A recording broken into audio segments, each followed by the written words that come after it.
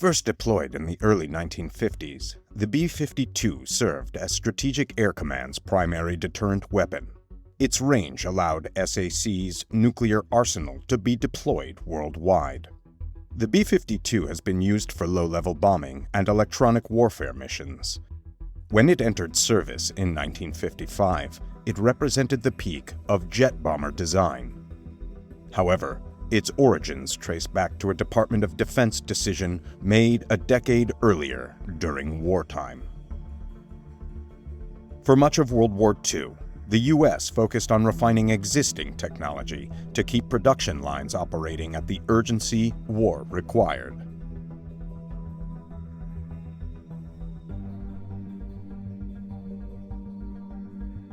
Piston engines saw significant advancements. These power plants propelled every American aircraft that engaged in the intense air battles of World War II.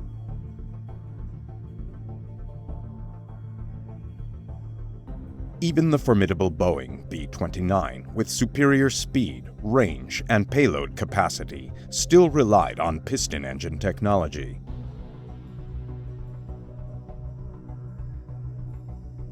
The B-29 was considered the pinnacle of aviation, but its technological superiority was quickly eclipsed by a new generation of aircraft.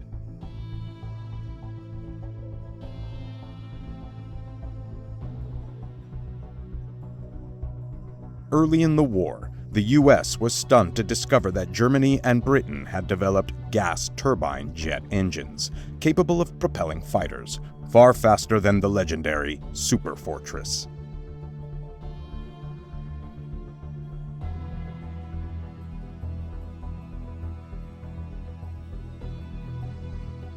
In 1944, the American Army Air Force issued a requirement for an all-jet bomber fast enough to evade jet fighters. Contracts were awarded for no fewer than 5 different designs.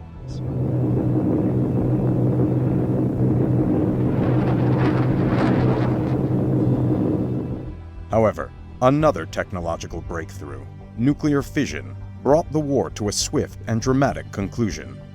A B-29 was used to deliver the weapon, and with a single bomb, the city of Hiroshima was obliterated in seconds.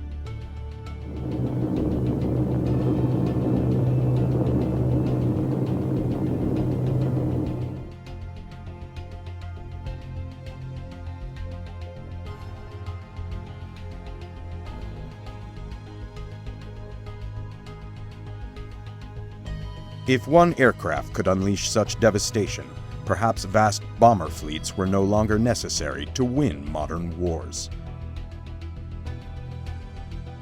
The immense loss of life America endured to establish B-29 bases in the Pacific reshaped the requirements for the next generation of bombers.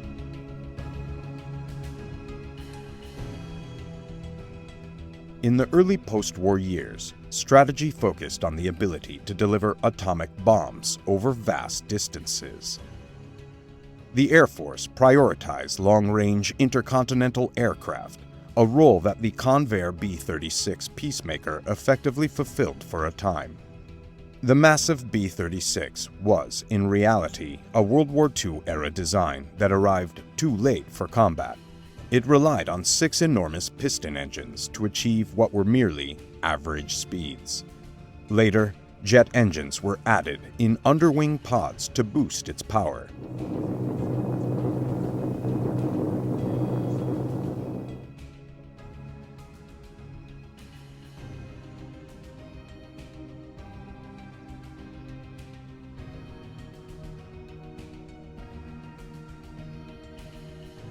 By 1947, the jet bomber project was beginning to take shape. That year, 5 submissions underwent testing, though by then they were classified as medium bombers. The B-45 was the first jet developed from the 1944 requirement and proved to be the second most successful. The simple yet effective 4-engine design was adopted by the Air Force and entered service in limited numbers, primarily for reconnaissance. Consolidated proposed the B-46 as another four-engine jet bomber. With its sleek lines, it was one of the most elegant aircraft of its era, and its performance as an early jet was respectable. However, Consolidated was deeply engaged in B-36 production, leaving the medium bomber project with low priority.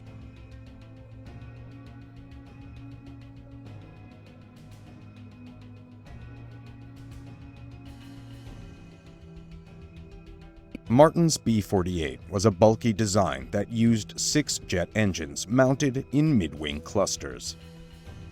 Its most notable innovation was a bicycle-style undercarriage along the aircraft's center line, supported by 2 outrigger wheels on each wing. This design failed to interest the Air Force, and, like the B-46, its prototype was scrapped.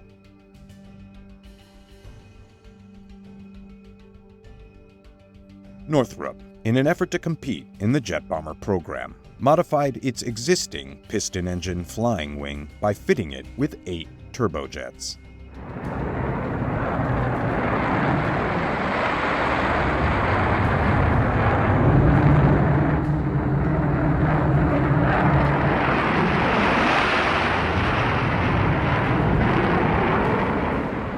The design was remarkably efficient and years ahead of its time.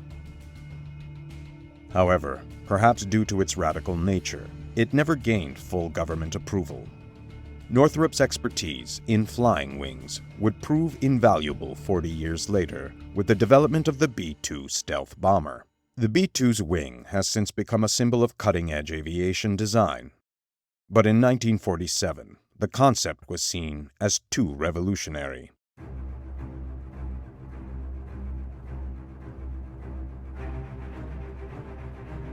Undoubtedly, the most impressive proposal submitted to the Air Force came from Boeing. Its B-47 Starjet incorporated insights gained from German research on swept-wing technology. To maximize the efficiency of these wings, they were made extremely thin and flexible. As a result, the 6 engines had to be mounted on pylons and distributed across each wing. This design not only made engine maintenance easier, but also provided aerodynamic advantages at high speeds. Due to the wing's thinness, Boeing adopted the same fuselage-mounted bicycle undercarriage used on Martin's B-48.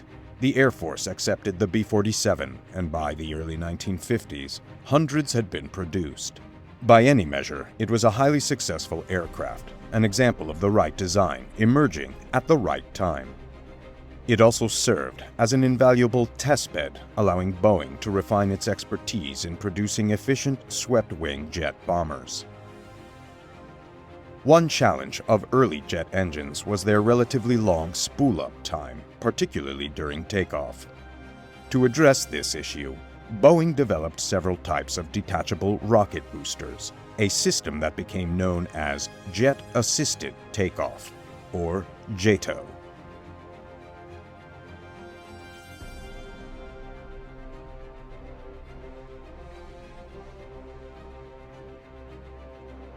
Following Boeing's legendary piston-engine bombers, the success of the Stratojet program solidified the company's strong relationship with the Air Force for years to come.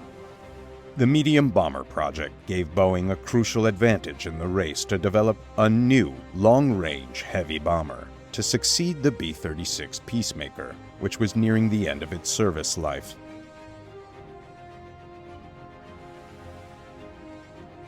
In an effort to keep the Peacemaker relevant, Convair designed an all-jet swept-wing version designated the XB-60.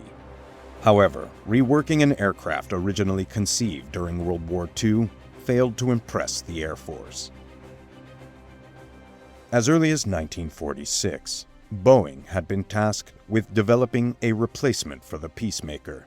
The company explored hundreds of concepts, ranging from ultra-large piston engine designs to aircraft using proposed compound supercharged power plants, as well as turboprops, jet engines driving propellers. However, none of these concepts delivered the dramatic performance leap over the B-36 that the Air Force sought.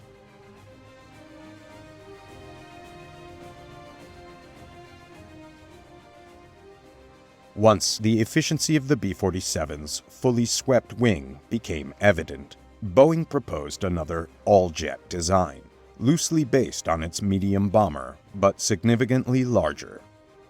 This concept was refined into Model 464-67, which the Air Force ultimately approved as the B-52.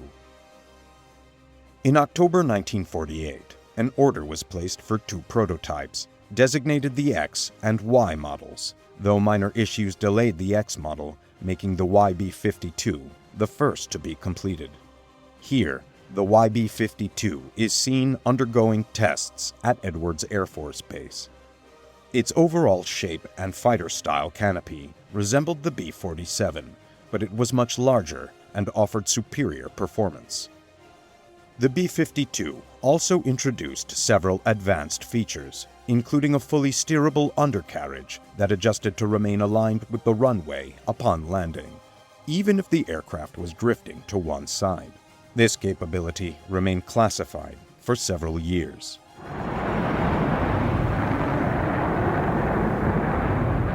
Apart from the cockpit layout, revised to a conventional side-by-side airliner configuration, there were few external differences between the prototypes and the production B-52s. Work progressed rapidly on the B-52A, now officially named the Stratofortress.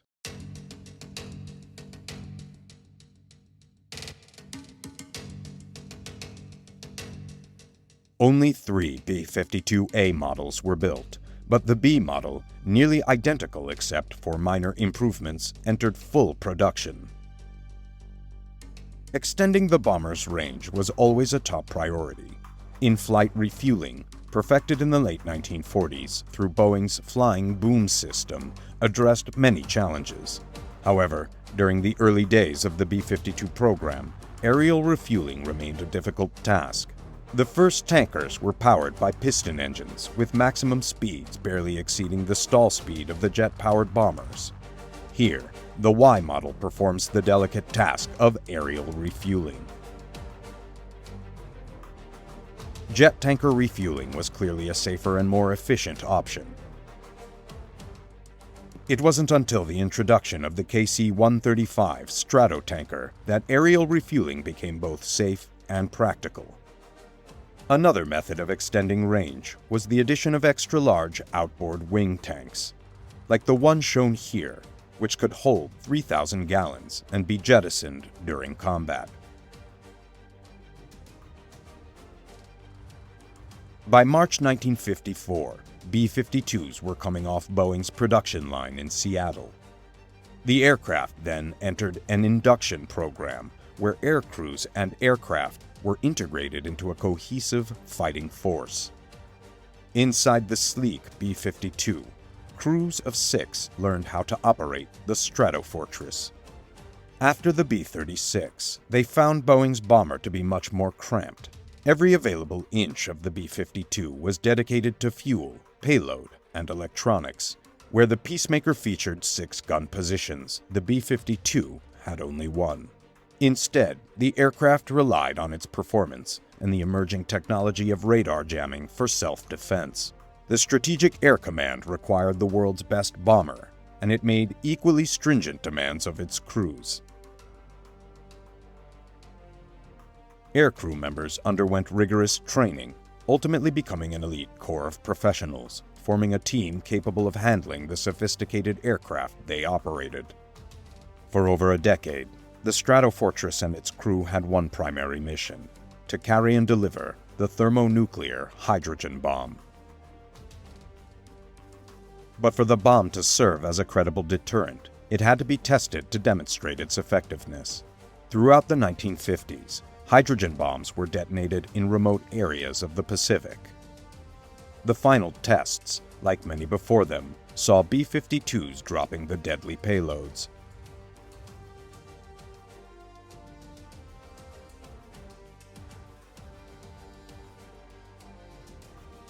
For these men, loading the most destructive device ever devised by the human mind is a precise and routine task.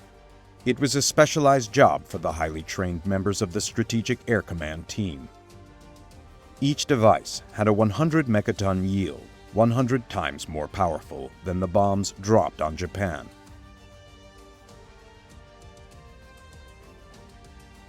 Unlike the World War II-era bombs, the device in this bomb bay would be slowed during its descent by a parachute, giving the bomber more time to vacate the area before the catastrophic explosion.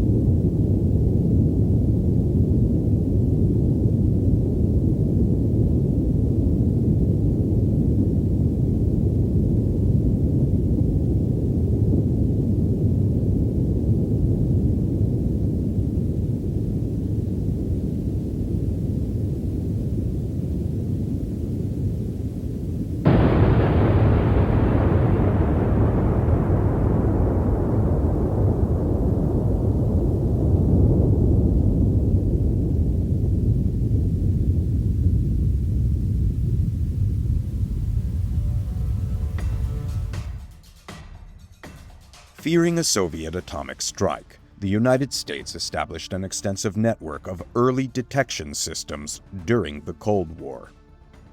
These early warning systems were mostly located in the frozen north, the most likely path for a first strike. Radar operators constantly monitored scanners, searching for the blip that could signal the onset of World War III. The Strategic Air Command maintained fleets of B-52s on operational standby in a constant state of alert, ready to serve as the ultimate deterrent if needed. When the red phone rang, the procedure was automatic. Up to 100 Stratofortresses could be deployed within minutes. This routine was honed through regular exercises. The concept of an immediate retaliatory strike by SAC was considered the nation's best defense during the Cold War. The responsibility of nuclear deterrence was entrusted only to carefully vetted officers. All B-52 pilots assigned to carry nuclear weapons held at least the rank of major. They carried the weighty responsibility of commanding aircraft capable of altering or even ending life on Earth.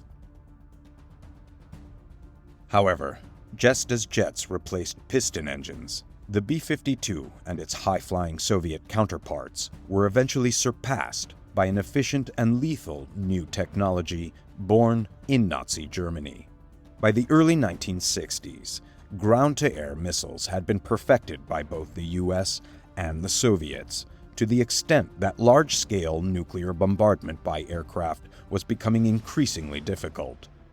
The focus shifted to another method of delivery: intercontinental ballistic missiles. Years of development had led to the creation of the Polaris and Minuteman missiles, among others, meaning that manned flights over enemy airspace were no longer necessary to wage full-scale nuclear war.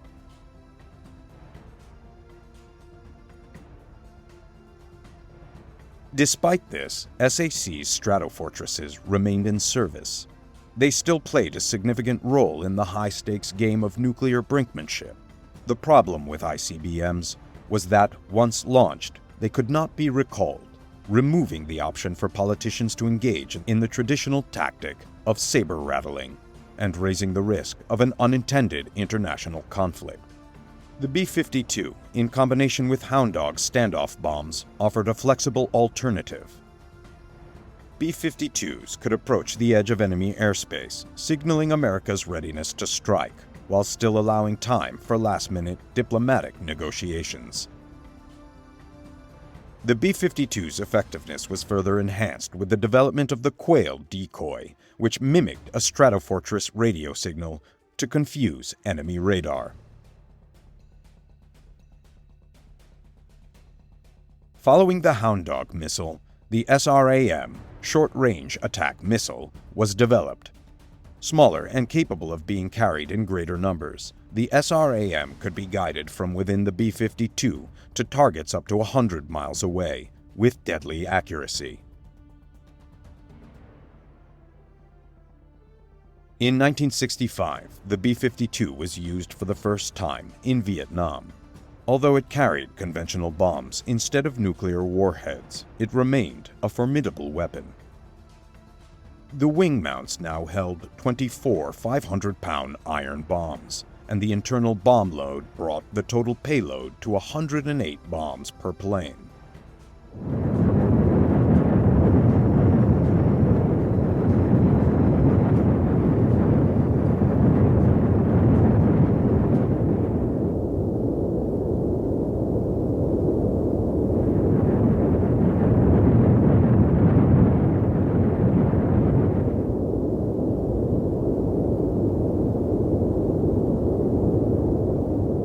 Throughout the Stratofortress's involvement in Southeast Asia, B-52s dropped over 3 million tons of bombs.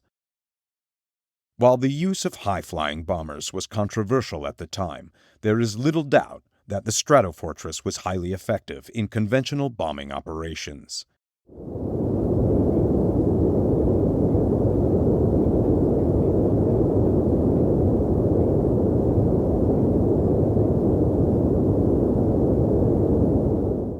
Many historians argue that the heavy bombing of North Vietnam during the linebacker operations forced the enemy back to the negotiating table, eventually leading to a ceasefire.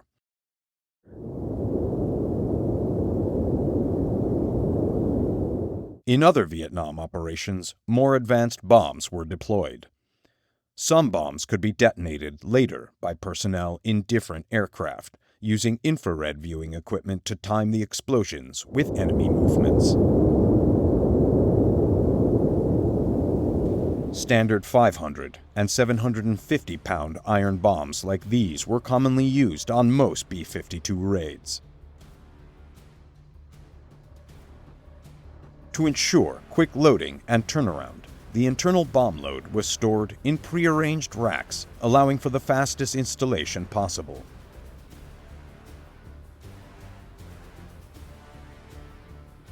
Crews initially based in Guam prepared for the long 8-hour flight to their distant target. The crew in the front and the solitary rear gunner took their positions as each aircraft readied for takeoff.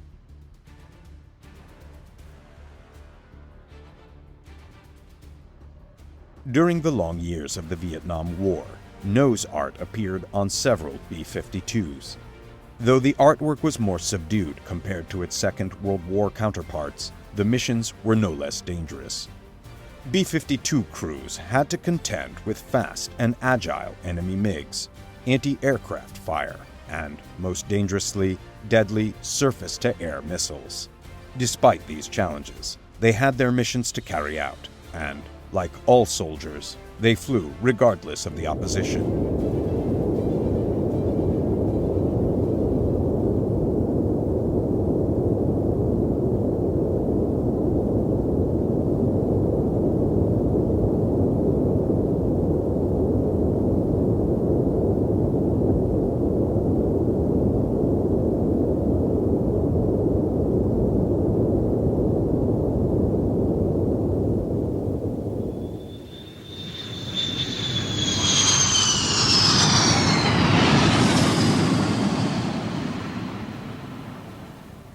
After a raid, ground crews rushed to repair the bullet-riddled airframes of returning Stratofortresses, preparing them for the next mission.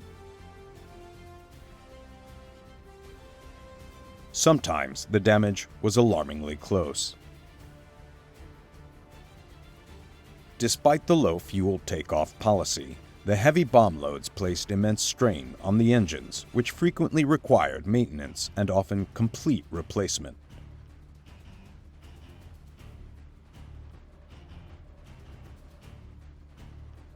MiGs were kept at bay and sometimes shot down by rear gunners, who, in their isolated positions, used a radar-guided, remote-controlled array of 4 cannons with formidable firepower.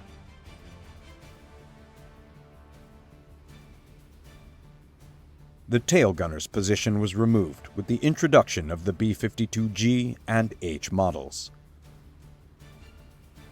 All B-52G and H models are equipped with EVS, Electronic Visual Systems, which allow the pilot and crew members to see ahead of the aircraft, even in darkness or fog, through infrared television cameras displayed on a monitor. This innovation came just in time as the B-52's role shifted to that of a low-level tactical bomber. Stratofortresses may need to fly through atomic clouds, and with the B-52 shielded by radiation-proof curtains, the EVS becomes the crew's only visual connection to the outside world. Though the mission has evolved, the red phones and flashing lights remain the currency of SAC. When the alert sounds, whether in exercise or war, SAC's powerful deterrent force quickly swings into action. The first move for a general in charge of operations is to leave the ground base for the safety and mobility of an aerial command post. As the alert is given, air crews rush to their aircraft, always on standby for immediate deployment.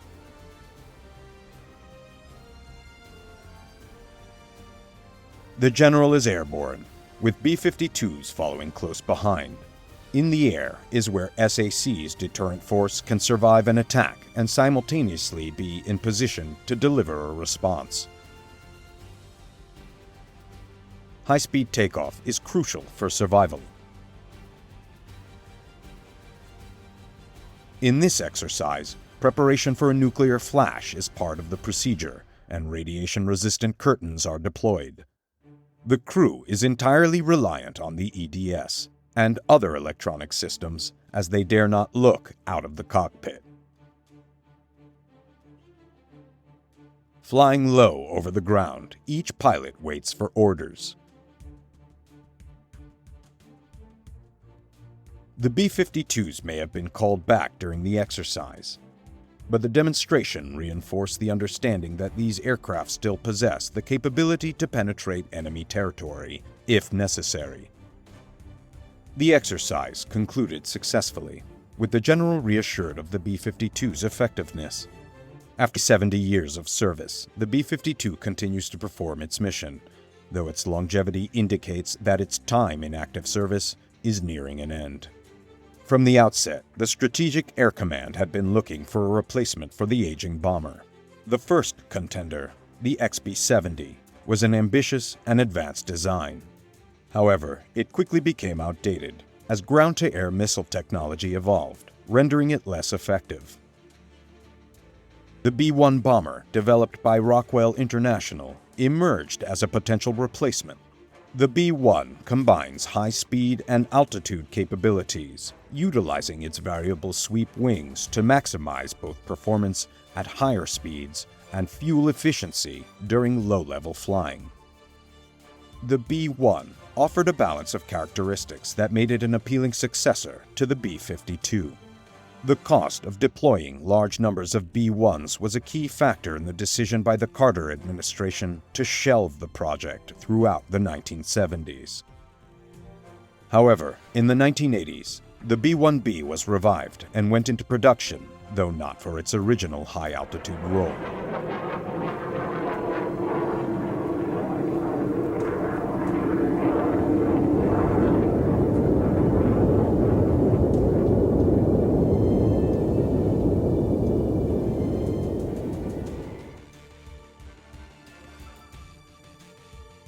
Instead, it was adapted as a low-level bomber, focusing on penetrating enemy defenses with its terrain-following capabilities. Around 100 B-1Bs were deployed by the Strategic Air Command. While the aircraft proved to be costly, it demonstrated its value in comparison to its predecessor, the B-52. The B-1B's performance, combined with the lessons learned from the B-52's decades of service, ensured it remained a vital asset for the U.S. military.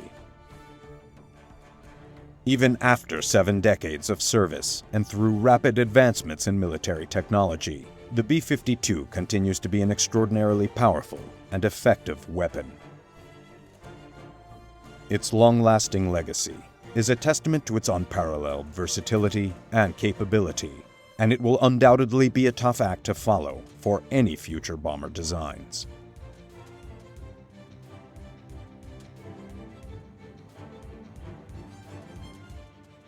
This is the Rockwell B1 bomber.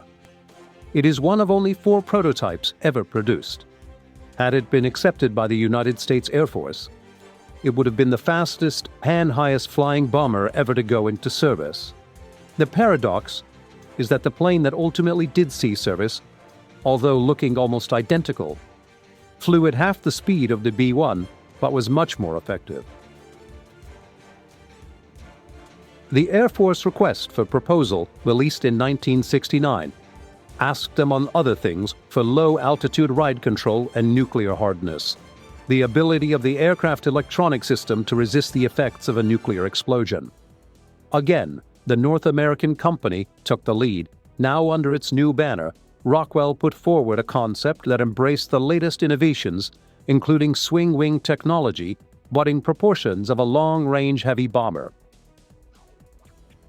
To prove the concept, an exhaustive wing tunnel program tested the shape, proportions, and function of Rockwell's proposed swing-wing penetrator. In miniature, every flight characteristic and operational idiosyncrasy of what was to be the B-1 project underwent the closest scrutiny.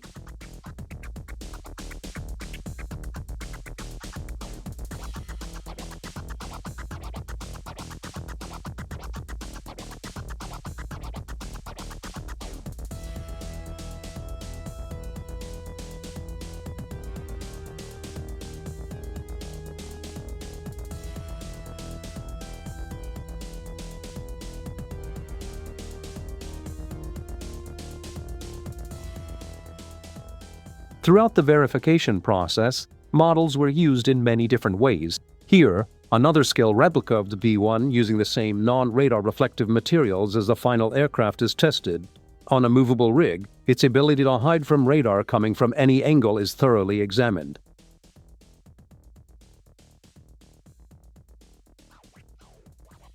The biggest and most impressive model in this process was the final full-scale mock-up. This faithful representation of the designer's ideas gave the manufacturers and the Air Force the feel of the final aircraft, in those years before computer technology made it unnecessary. The mock-up gave the last opportunity to explore the practicality of the concept before committing it to the expense of production. Even details like hinged doors and access panels are faithfully modeled so that the ground and flight crews alike can assess almost every physical detail on the finished aircraft. A variety of model weapon loads, both outside the aircraft and inside the bomb bays, look absolutely convincing and provide the closest possible insight to the real thing. So does the layout of the cockpit, and even the swinging mechanism of the wing works just the way it will on the production version. This level of perfection is a test to the model maker. But manufacture of the real thing was to challenge the engineer far more. There had been problems with the early F-111 wing box on which the swing wing pivoted. The B-1 bomber would carry a load many times greater than the F-111, so this facet of its operation was tested in the most punishing way.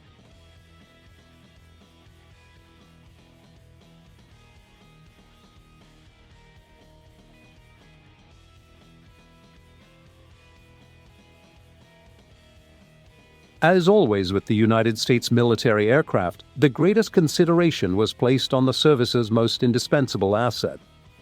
The preservation of aircrew was a major priority, and with the B-1 project, it would prove a substantial challenge.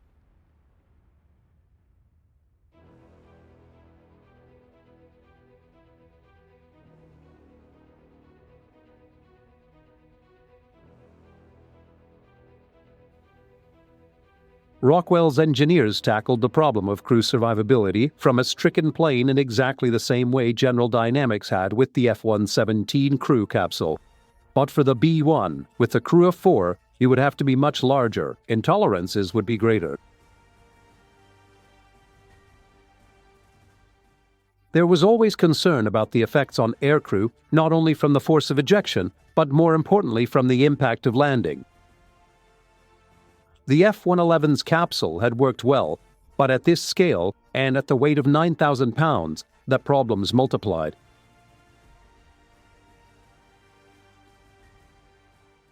There was a real danger of spinal damage to crews on impact, so rapid-action airbags were developed to cushion the effects of the module as it hit the ground. Because of the nature of the B-1 mission, the airbags would have to work on land and on water.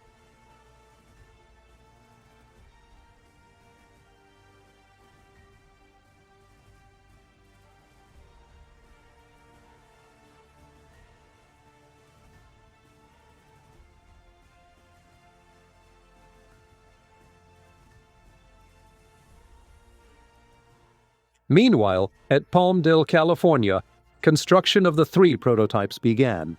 The B-1 project was now underway, even if its long-term future was far from certain. Funding, as in most major defense projects, was to be a continuing problem.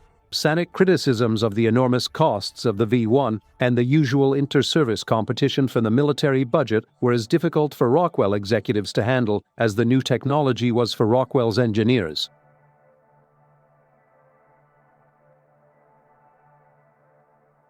Here, the dedicated test rig is used to assess tolerance to stress to prove the integrity of the B-1's basic design. That integrity would have to be confirmed before any plane with the performance expectations of the B-1 could be allowed to fly in service.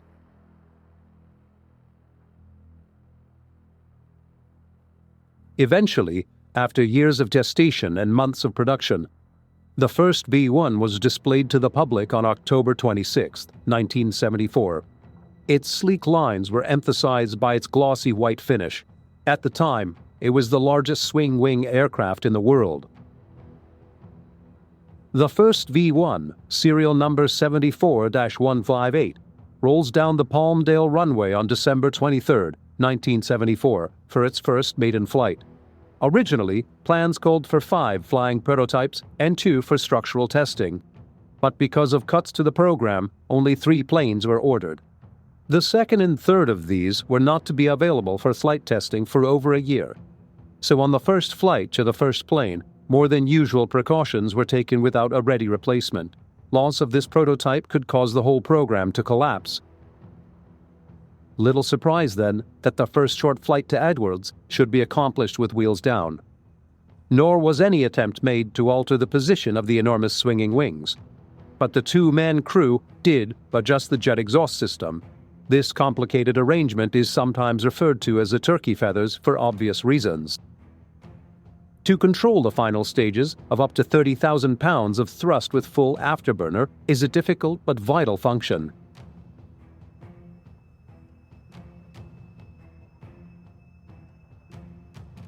Edwards is the traditional base for testing.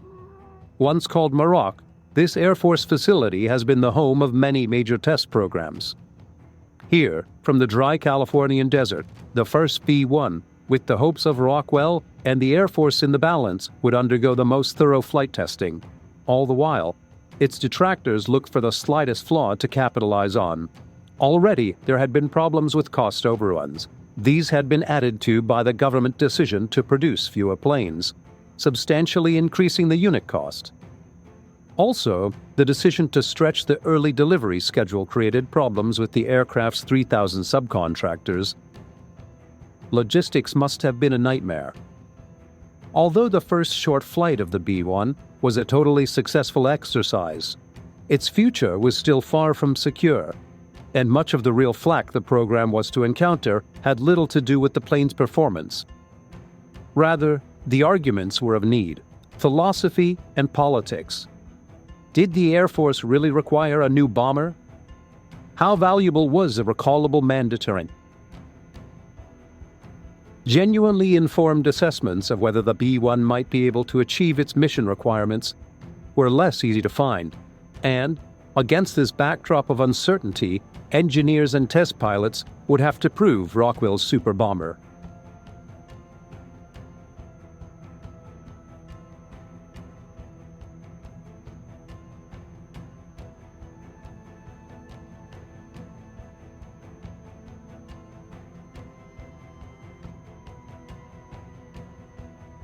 As the testing continued, the sole flying example of the B-1 was carefully put through various stages of the test program. Soon, the enormously powerful and complex landing gear was to be retracted and extended. Years earlier, when Rockwell was still called North American, and it was testing the B-70 Valkyrie on its first prototype mission, the gear failed to retract properly, but the B-1's initial attempt at a clean profile flight was a total success. With something as complicated as the undercarriage, tremendous effort is expended in testing prior to flight, but in the end, the one that really counts is in the air.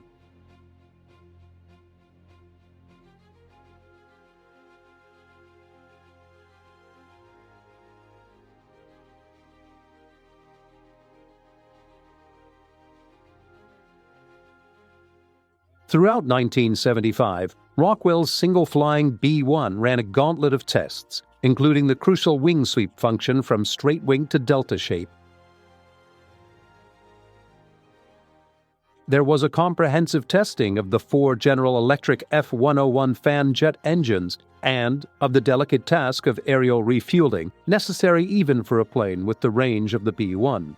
It was tested in high-level flight at over 50,000 feet, then down to the deck for the all-important below-the-radar barrier trials, flying over 600 miles an hour at less than 200 feet. In these circumstances, the small vanes of the low-altitude flight control system were vital.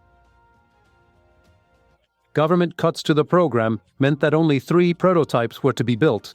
The first of these was to fly, and the second was for structural testing.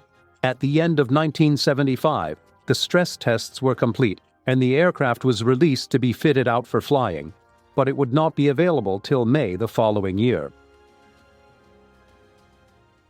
In January of 1976, the third aircraft built for flight testing came online. This aircraft would concentrate on much of the complex avionics equipment used in the B-1 program, especially the Boeing-built offensive electronic system, a vital part in the B-1 mission.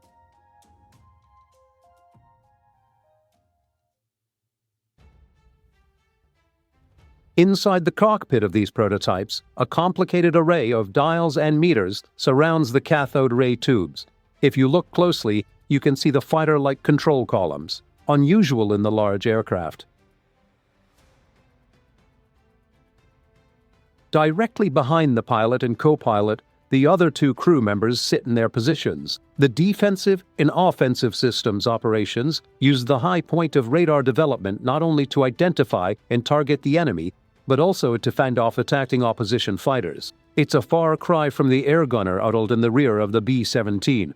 The B-1 crew fly in comfort, but in combat, they'd face the same old risks fighting off the late 20th or 21st century bandits.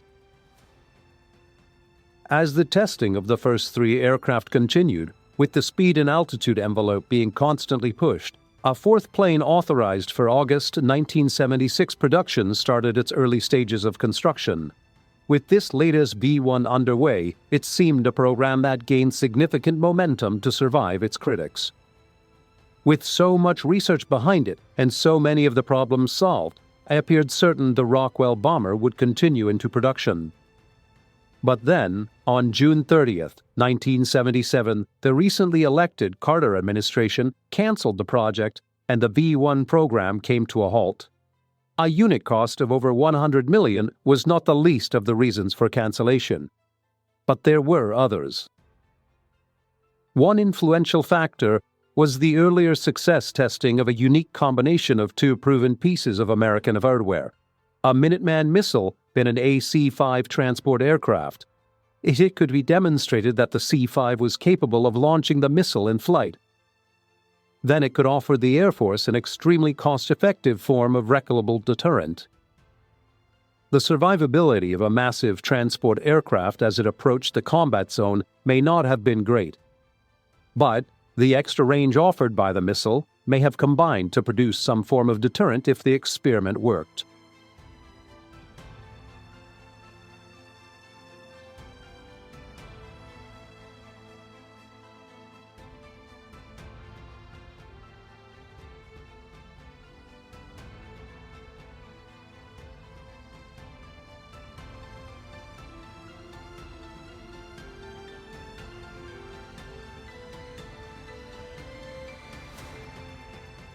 Although it was not to be adopted as a complete system, the air launching of an ICBM was nevertheless a spectacular achievement. It may yet have some potential.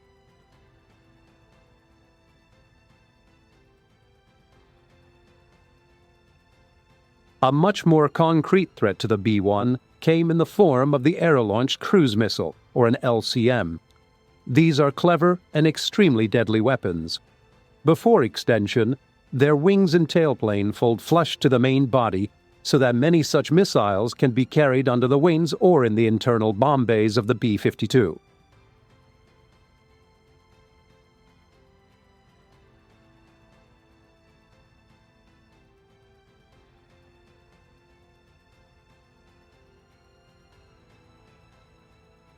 The AICM program, which was quickly implemented by the Carter administration, gave the aging B-52s a new lease on life as a suitable delivery system. The cruise missile uses small air-breathing jet engines, and with their extended wings and subsonic speed, obviously owe something to the original cruise missile, the German V1 of World War II. But 30 years of technical evolution enabled the addition of concepts similar to the terrain following radar first used in the F-111. This produced a weapon that was at the same time economical and effective, and considerably extended the range and survivability of the B-52. One thing was certain: after the Carter decision to cancel the B-1, the B-52, old as it was, would have to carry on as America's only long-range recallable deterrent. But, although more life could be squeezed out of those remarkable aircraft, it was equally obvious that in the long term, a new delivery platform of some kind was inevitable.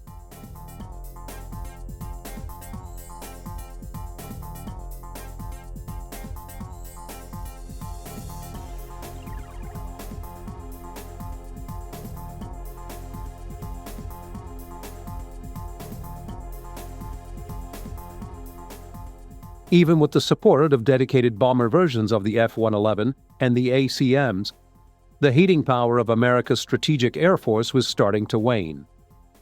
In spite of the discussed conversion of transport aircraft to carry cruise missiles, it had been known for many years that survivability over or even close to the enemy's airspace required specialized aircraft, and the missile-carrying transport would be limited to a type of delivery far less challenging than the Air Force would expect from a B-52 replacement.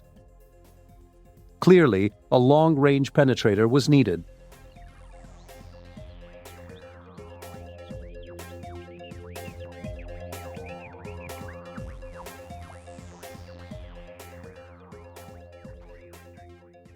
Although the Carter decision had cancelled production of the B-1, it had allowed some funds for the continued tests of the first 3 planes and to complete the building of the 4th.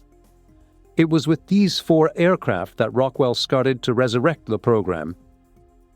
But much time had passed since the cancellation, and, if the swing-wing bomber was ever to reach production, it would be vastly different from the original concept. In some ways, time had worked into the plane's favor. New ideas were now becoming available, and with flying test vehicles on end, their qualities would be quickly verified.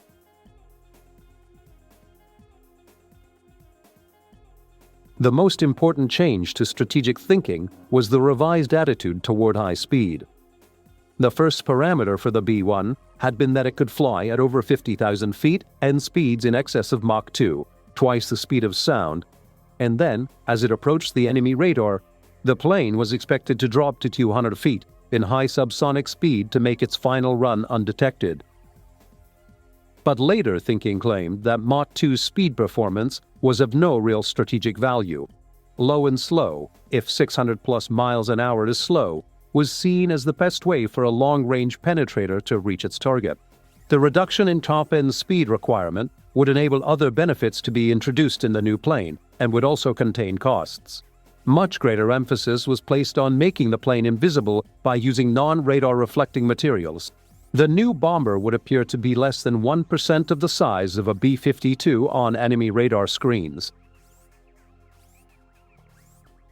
In-flight refueling for optimum range was given even greater priority, as there had been unfounded criticism of the early plane's results at low level, A major change was implemented for crew survival. By deleting the crew ejection module, which had never been perfected, in favor of conventional ejection seats quite suitable for the slower flying version. With revised specifications from Rockwell and the pressing need to solve the B-52 replacement problem, the Reagan administration announced in October of 1981 the decision to build 100 Rockwell bombers, to be called the B-1B. The 4 earlier prototypes, which had done so much valuable work to prove the basic and later the modified concepts, would continue in test programs as the B-1A.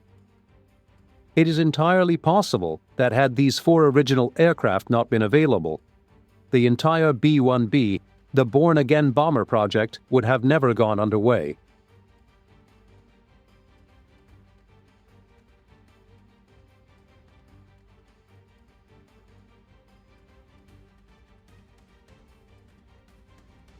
The B-1B was to have many new features, including a modified and vastly improved bomb bay. These cavernous areas can now be adjusted to accommodate different weapons, loads, and fuel requirements. Given the success the cruise missile had enjoyed, it would also have to be accommodated. Because the B-1B would be the B-52's replacement, the new aircraft would have to accommodate conventional and atomic devices in variety of sizes and configurations to fulfill a range of operations.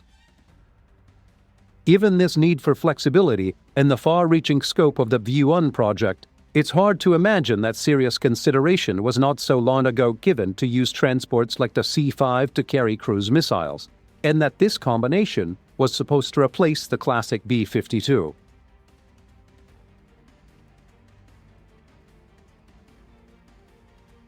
As the B-1A continued to prove the new performance specifications, work on the B-1Bs was well underway at Palmdale. The total cost of 100 B-1Bs was to be $20 billion, or over $200 million a plane. But with the lessons learned from the disruption of the earlier program, at least the B model was certain of completion, and this meant, in the long term, the best value for the money. Much of the B-1B's cost goes to provide its sophisticated avionics equipment. Fixed antennas and radar dishes literally project from every angle of the fuselage, all gathering information for its computers to analyze. From this data, the crew will make decisions that may well resolve the outcome of a mission with historic importance, and the fate of the aircraft and those that fly it could equally be at stake. All things considered, perhaps the Rockwell swing-wing bomber is not so expensive after all. Many types of skill and technology are employed as the tens of thousands of parts come together, and the giant technological jigsaw puzzle that is the making of a modern bomber starts to take shape.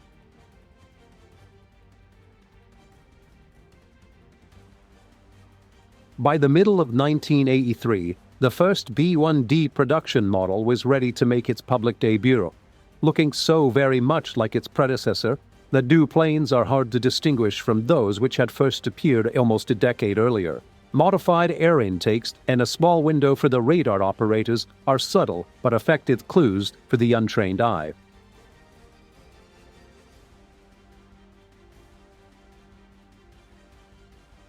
However, the performance variations are not so subtle. The B-1B, flying with half the speed potential of an A model, uses 21st century materials to become the most invisible to enemy fighters and missiles, and therefore is far more likely to complete its mission. And all the time it's on its deadly journey, it's providing tacticians with the flexible option of a last-minute recall. A role only the manned bomber can perform, but a role that was often understated in the past.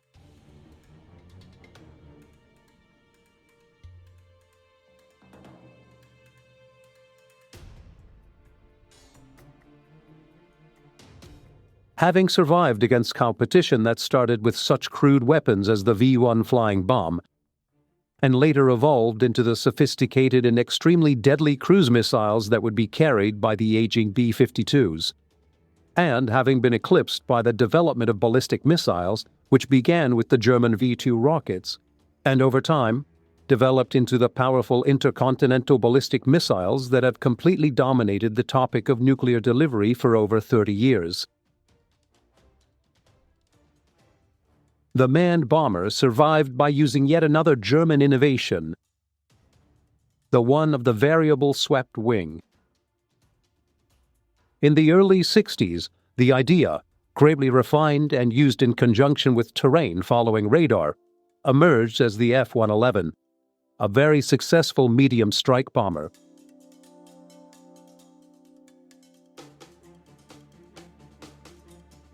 And in the early 70s, the concept was further developed into the B-1, the ultimate high-speed, long-range, manned bomber, when it was to take another 10 years, and the arrival of still more advanced construction materials and another generation of avionics before the later model, the B-1B, was able to reach service. A masterpiece of high technology, the best that aerospace industry could offer, had finally arrived.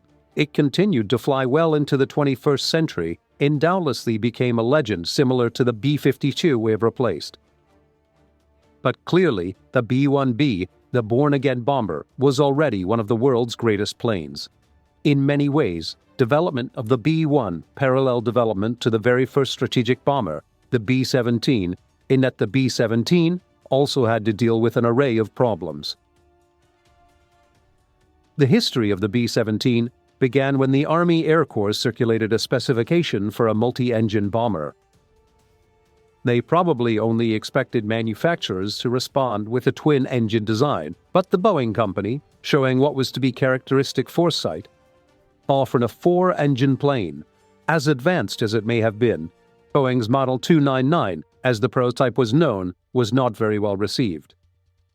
An accidental crash in the early trials and a belief in some quarters that a large four-engine plane would be too difficult to fly in combat cost Boeing the initial order. And yet, certain factions in the Air Corps encouraged Boeing to continue development of what was, for its time, a massive aircraft. Using much of its own money and fighting government cutbacks, the company continued to develop what was ultimately to be a most important plane. During the early 1900s, as America began to emerge as a global power, Roosevelt delivered a prophetic statement on international diplomacy, advising to speak softly but wield a formidable presence. 50 years later, amid the United States' role as the foremost defender against communism, its formidable tool was undoubtedly the Convair B-36, a long-range bomber. Although this immense aircraft served predominantly throughout the 1950s, its origins can be traced back to before America's entry into the Second World War. The B-36 earned itself the unofficial title of Peacemaker. By 1941, the United States Army Air Force had two effective heavy bombers in its arsenal. One was the renowned B-17, crafted by the Boeing Company. This exceptional four-engine aircraft played a crucial role throughout the war, with later heavily armed versions aptly dubbed the Flying Fortresses.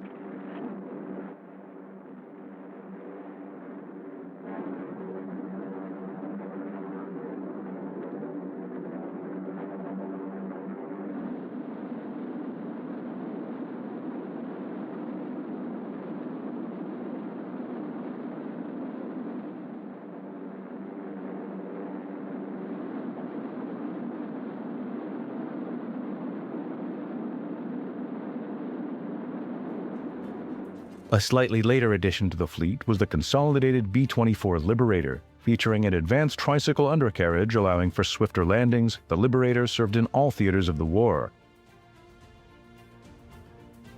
Moreover, its larger, sturdier fuselage facilitated conversion into transport planes, rendering the B-24 one of the most adaptable aircraft in the American infantry. The Liberator, like the 17, was also heavily defended, and it was also able to fly slightly higher than the Fortresses.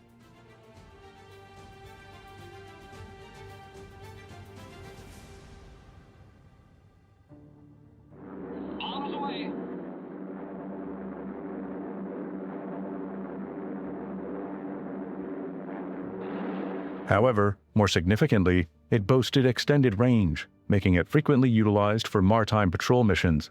covering then what were considered significant distances solely on internal fuel.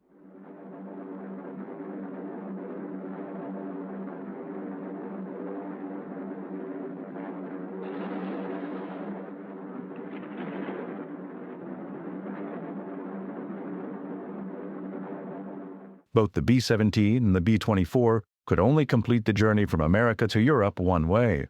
In 1941, the Army Air Force had also commissioned another bomber, envisioned to surpass its predecessors in altitude and distance capabilities. Another creation by Boeing, the B-29 Superfortress stood out as the most formidable bomber deployed throughout the entire conflict. Despite several hundred being ordered, not a single prototype had taken to the skies.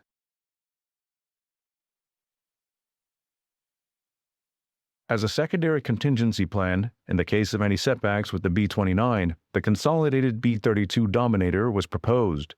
While this aircraft wasn't produced in large quantities, it did offer a reassuring alternative to the Superfortress's remarkable capabilities. However, by 1941, it too existed only on blueprints. By the middle of that year, Nazi Germany had conquered continental Europe, achieving successive victories. Of greater importance, despite Britain's partial air superiority, it endured relentless bombardment from the Luftwaffe, causing significant devastation to both its populace and industry. These raids, often conducted at night but sometimes during daylight, were perceived by the German High Command as means to subdue the island nation. The pressing question that American tacticians grappled with was simple. What would occur if the U.S. entered the conflict and the sole remaining Allied base in Europe fell to Germany?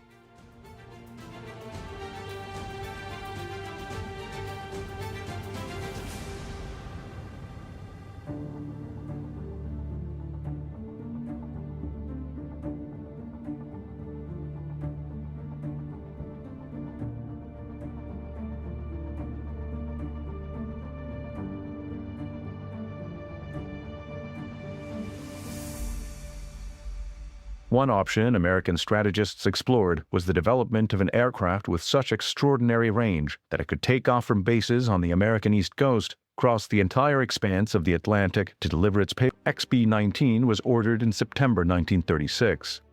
Upon completion, this aircraft boasted a wingspan of 212 feet, surpassing the XB-15 in size. The endeavor required 500 men, 9,000 drawings, 2 million men. Proved to be a costly endeavor. Nevertheless, the XB-19 represented a significant milestone in aviation standards, not just in terms of size, but also in innovation.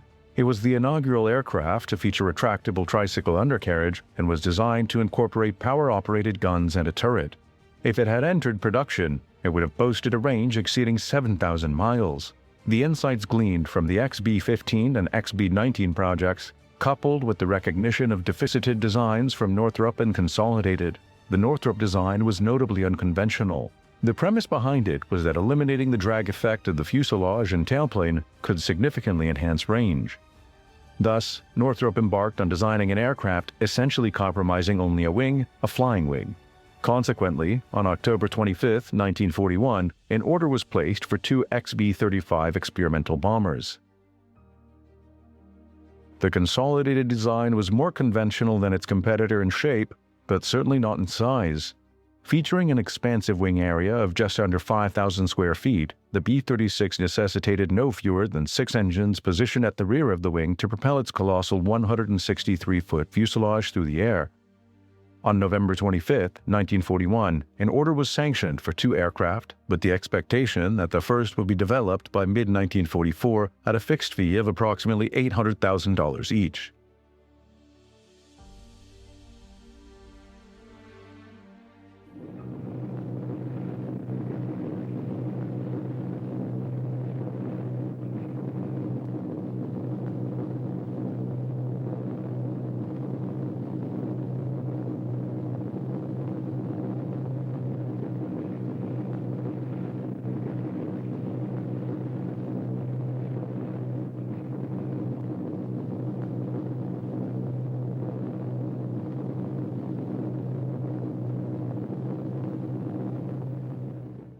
However, the much-needed bomber bases in Britain remained available to the Army Air Force, allowing the standard B-17 and B-24 heavy bombers to commence attacks on enemy targets from 1942 onward.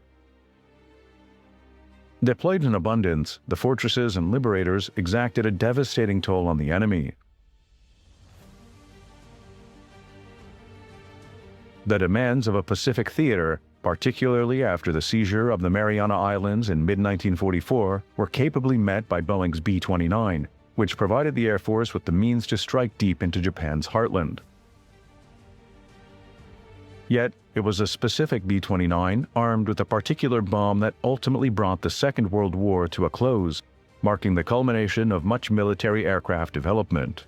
Two notable exceptions to this narrative were the experimental long-range bombers, ordered only 2 weeks before American involvement in the conflict but never afforded sufficient priority until the war's conclusion, alongside the necessity to deploy a new weapon unforeseen in the wildest dreams of tacticians 4 years earlier.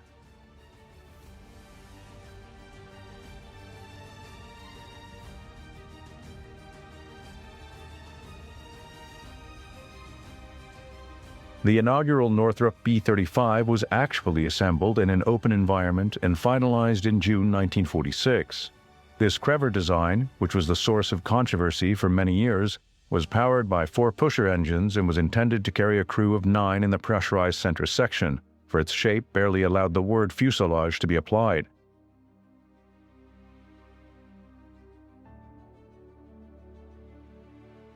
Despite its innovative design, which featured flaperons on the end of each wing instead of a conventional tailplane, the radical new shape of the flying wing was never able to completely overcome stability issues.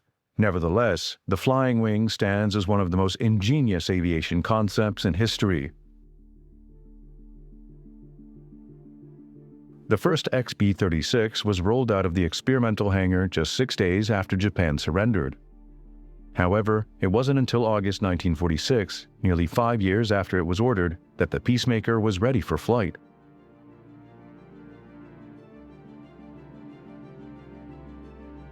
The prototype's single main wheels were an impressive 100 inches in diameter, making them the largest ever produced for an aircraft. However, this feature would later prove to be a significant weakness. The 6 pusher-type engines were designed with air intakes located on the forward section of the wings. However, this advanced concept for its time also encountered initial difficulties in cooling the engines and would necessitate later modifications.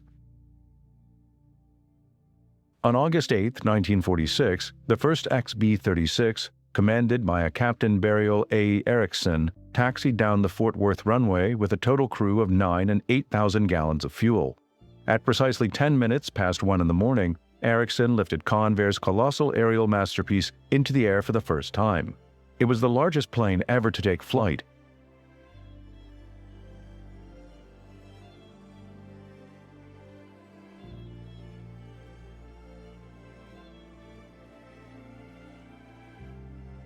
The flight lasted no more than 37 minutes, during which the undercarriage remained in the wheels-down position as a safety precaution. Erickson's crew, on this occasion and many subsequent ones, subjected the giant aircraft to rigorous testing, swiftly identifying the challenges inherent in its immense size.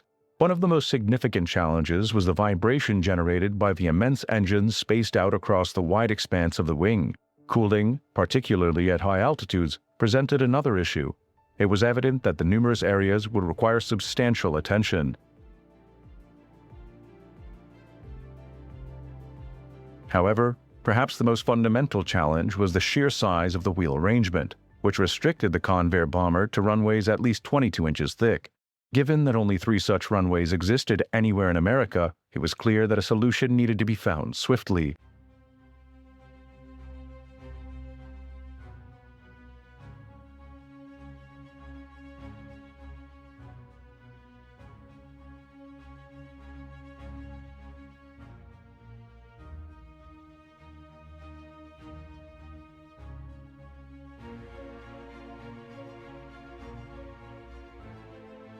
The solution emerged in what was deemed another breakthrough, combining 4 56-inch wheels into a group under each wing. This arrangement spread the B-36's tremendous weight over a much broader area, allowing the Peacemaker to utilize runways of half the previously required thickness.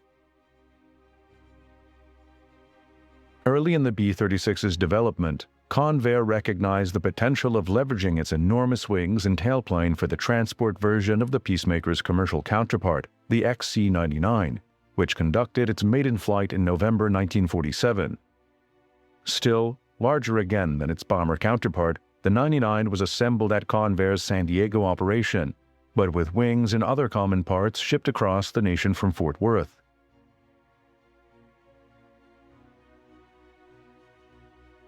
Here at Lindenberg Field, the aircraft that had now earned the title of the world's largest was now poised to showcase the potential that would later inspire the development of mammoth transport and airplane concepts in decades to come.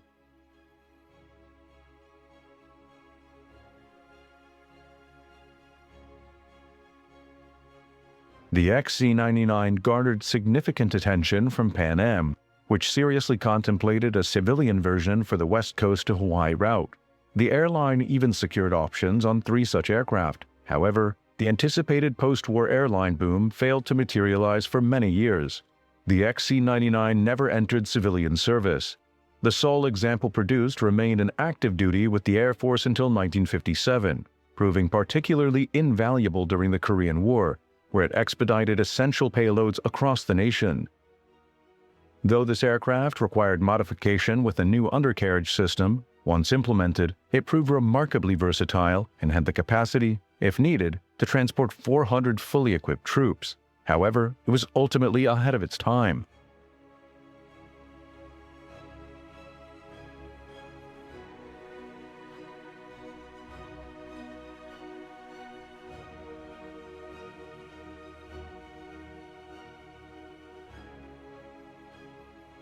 Despite the XC-99's intriguing potential, Convair's primary focus remained on the extra long-range bomber concept.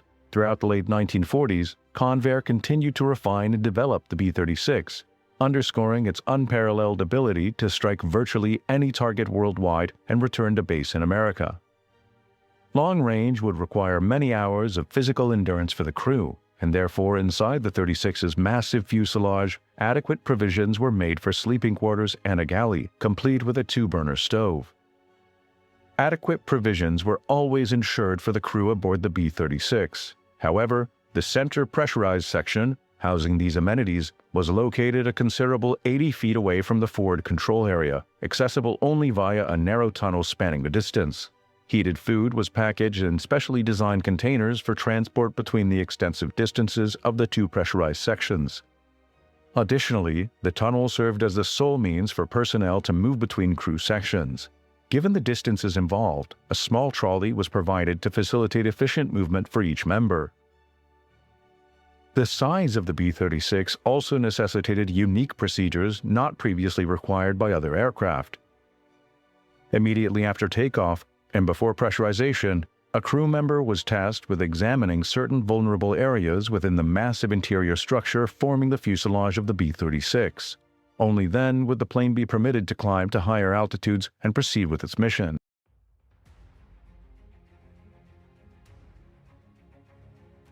Numerous other challenges stemming from the sheer size of the B-36 also surfaced. There was a pressing question regarding how to service each of the massive aircraft, which was so large that special outdoor hangars had to be constructed to provide access to only the essential parts. Despite successful resolutions to the problem of engine vibration and cooling, there were undoubtedly serious concerns about the viability of the B-36 compared to other alternatives.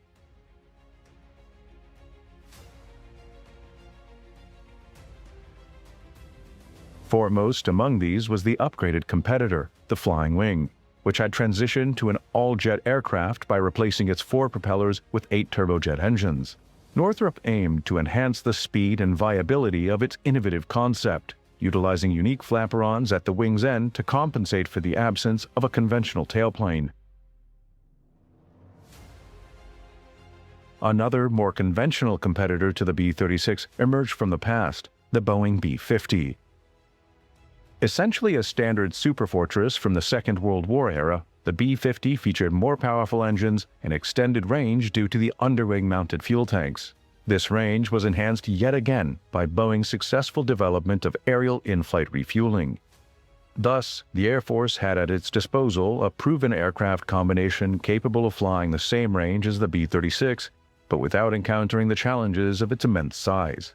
By the late 1940s, due to these advancements, the future of the B-36 appeared increasingly bleak. Its salvation came through two significant developments. The first, poetically enough, was provided by Consolidated's long-term competitor. Boeing developed a successful medium-range bomber entirely powered by jets, leveraging captured German technology that demonstrated the advantages of a swept-back wing. The Boeing B-47 featured a wing not only swept but also remarkably flexible, capable of moving within an arc of 17 feet. To maintain a thin wing profile, the 6 engines had to be mounted in pods suspended from below. The outer pods each contained 1 engine, while the inboard pods each housed 2 engines suspended several feet below the wing surface. Engineers from both companies collaborated to attach this equipment to the outmost wing of Boeing's aircraft.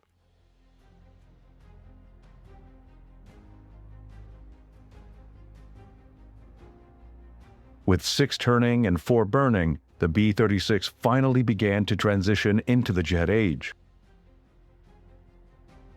The other event, which was sure to secure the future of the 36, took place on June 24, 1948, when the Soviets closed the gate on Berlin, signaling in one step the beginning of the Cold War. The escalating concerns about communism culminated in an event that jolted the West out of its post-war complacency. NATO forces suddenly found themselves facing a formidable adversary, and the need for an intercontinental bomber swiftly transitioned from hypothetical to urgent reality. At this juncture, no aircraft in the world possessed the long-range capabilities of a Convair giant. Rather than canceling orders, demand for the Peacemaker actually increased. As apprehension persisted, the significance of America's Strategic Air Command, responsible for long-range bombing, grew substantially. It was ultimately placed under the direct command of General Curtis LeMay. LeMay boasted an impeccable record from World War II, beginning with his early involvement in European bombardment with the Army Air Force and continuing through his command of Pacific operations in the B-29 bombardment of Japan. Regarded as one of America's great wartime strategists, he also oversaw the Berlin airlift. Given his extensive experience, LeMay was deemed the most qualified individual to elevate the Strategic Air Command, including its rapidly expanding fleet of B-36s, to the highest level of readiness. Under LeMay's unwavering leadership of SAC, the American public found reassurance in the knowledge that although they no longer held a monopoly on atomic weaponry, they possessed arguably the most formidable platform for delivery, the B-36. Such was the military's concern for safeguarding its intercontinental bomber that security measures were heightened to a wartime level.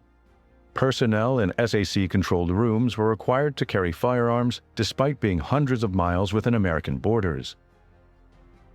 The protection of America's formidable asset necessitated even mechanics servicing the engines to carry firearms while at work.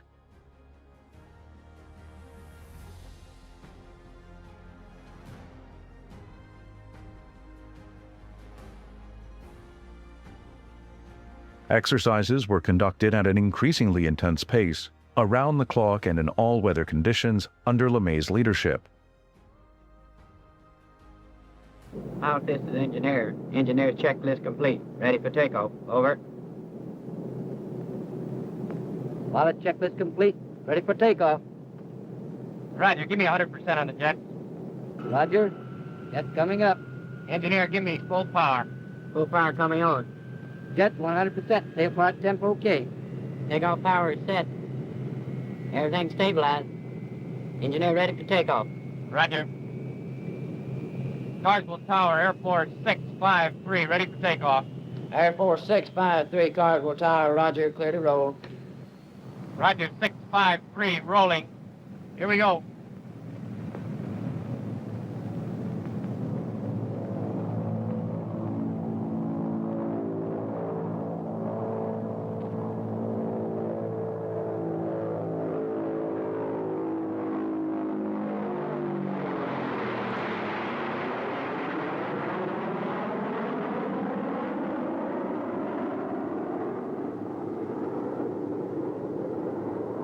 Engineer, give me climb power. Roger. Climb power coming on. Give me 96% on the jets. Roger, 96% on the jets. Often flying individually rather than in formation, SAC's Peacemakers practice bombing raids over vast distances with minimal notice. The B-36s utilized the K-1 bombing navigation system for precision accuracy. This sophisticated system comprised 365 vacuum tubes, enabling the B-36 to conduct bombing runs at high speeds regardless of weather conditions. Targets typically consisted of radio signals emitted from special trucks designed to assess the accuracy of SAC's aircraft. Despite the hefty price tag of over $5 million per aircraft, coupled with the K-1 system and LeMay's insistence on relentless training, the combination ensured nothing short of exceptional accuracy. Pilot, this is radar. We're over the IP. Pick up a heading of 197. Bob Flight Airport 653. Over the IP. Altitude 35,000. On an inbound heading of 197 degrees.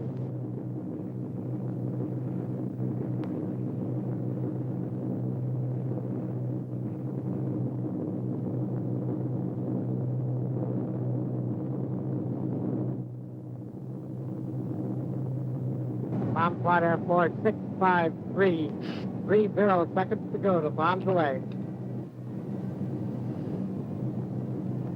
15 seconds to go, bomb flight. No switch coming on.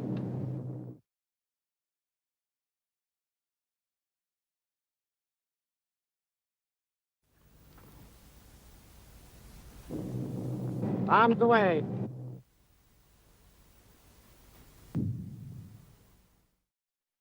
Despite the remarkable potential of the Convair giant, critics often raised concerns about its large size, which could potentially make it a prime target for enemy fighters.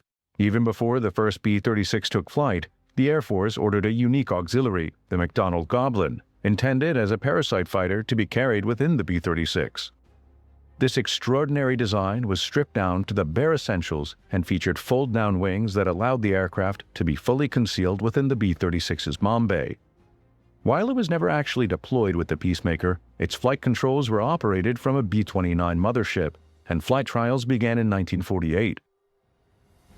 In August, with test pilot Ed Scorch secured in the cockpit, the Goblin was launched by a trapeze mechanism from the B-29, and the pilot successfully flew what must be considered one of America's most remarkable fighters. However, upon attempting to reconnect the Goblin's hook to the trapeze, turbulence caused the little fighter to lift, and the mother's plane mechanism broke the canopy, wrenching the oxygen mask away from the pilot.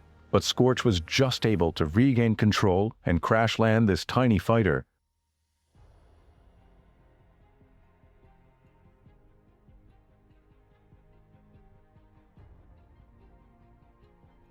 This setback did not stop development. The second and only other Goblin produced continued its assigned task. Eventually, on October 14, 1948, a successful hookup was achieved, and the Goblin was pulled up into the B-29's belly. However, despite the bold concept, the bomber-fighter Parasite combination was never adopted, as it seemed to pose as many problems as it attempted to solve.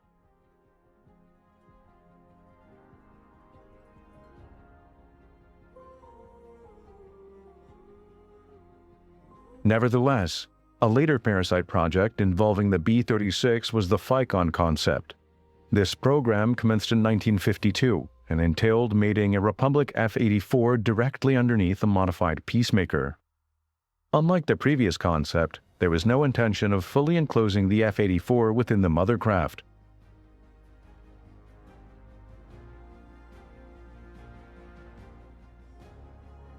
Only after both aircraft were airborne would the fighter pilot enter the cockpit. Together, with the highly trained boom operator positioned in the mother plane, they would undertake the delicate task of lowering the fighter using a large hydraulically operated boom to a point below the bomber where the fighter could be safely released.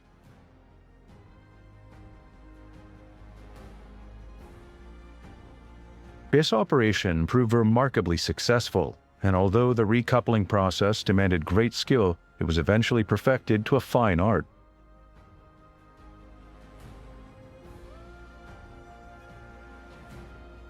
The combination of these aircraft provided many potentials, especially as the pilot was able to come and go from the fighter when it was in the docked position. In reality, the FICON mission was primarily intended to enhance the reconnaissance capabilities of the B-36. The F-84, whether in its straight or swept-wing configuration, was an incredibly versatile aircraft. While SAC utilized it as its own fighter aircraft, there's no denying its potential as an effective fighter bomber, as demonstrated during the Korean War.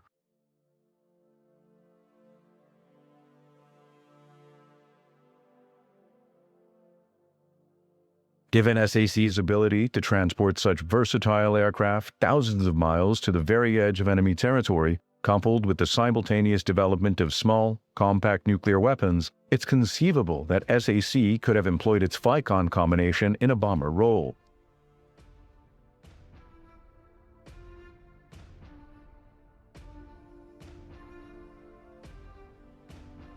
By the mid-1950s, the B-36 was fully developed and deployed at various SAC bases across the nation. By the early 1950s, SAC's Peacemakers had reached the pinnacle of their development, with early engine and vibration issues resolved. With the support of jet power and modifications such as the new quick-action bomb bay door, the B-36 personified the ultimate intercontinental atomic bomber of the era.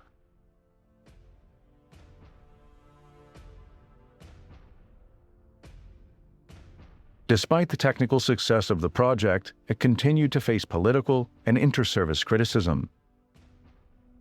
As early as 1949, there was an investigation into the political influences surrounding the B-36, though it ultimately yielded no significant outcomes.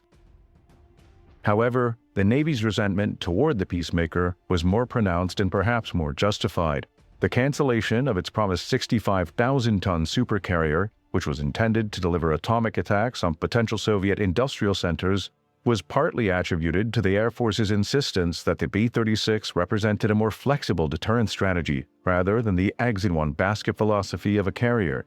Equally significant was the SAC's assertion that it could operate just as effectively from the edge of enemy territory under conditions that would be unattainable for naval aviation.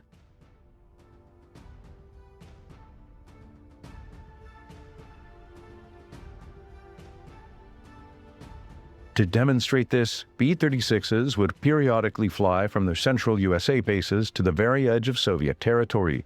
Highly trained crews comprising pilots, navigators, radio operators, engineers, and gunners would endure for long hours of flight, often at very high altitudes over thousands of miles to the frozen wastelands of Alaska.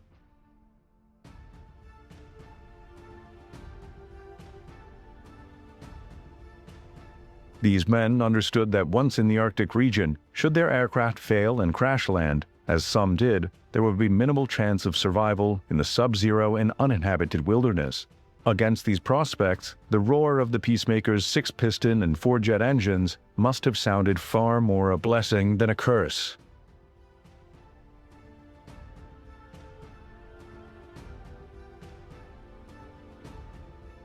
The Navy's criticism of the Peacemakers persisted, reaching a point where they formally requested the Air Force to allow them to test its defensive capabilities against Navy fighters. Outwardly, the B-36 appeared to have minimal defensive armament. However, hidden beneath sliding panels, it concealed 6 remotely controlled turrets, each equipped with 2 20mm cannons. These turrets could be raised hydraulically as needed. When used in conjunction with the forward nose turret and radar-controlled rear turret, the B-36 boasted a total of 16 cannons, covering every approach within a range of over half a mile. This made the Peacemaker the most heavily defended aircraft in aviation history.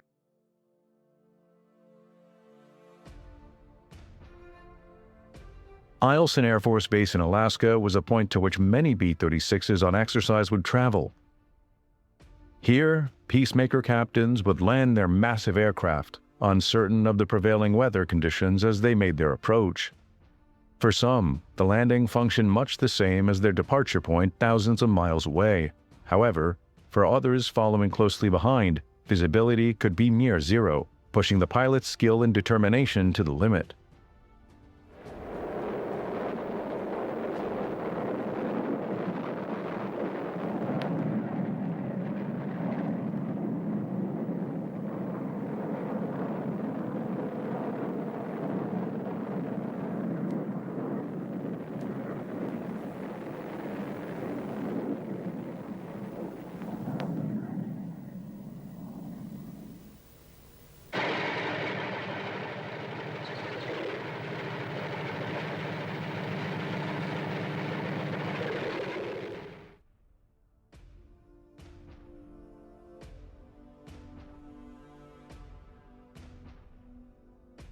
Even in this environment, where weather conditions offered as much protection for grounded aircraft as they posed risks for those in the air, anti-aircraft protection remained abundant.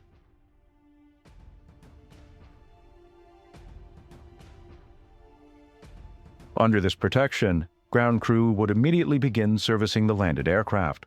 For these men, the journey from aircraft to heated bus was not a short one, and they had to adapt the hostile environment as best they could. With efficiency, the aircraft would be refueled by crews working on the icy wing surfaces, mindful of the potentially fatal consequences of a fall.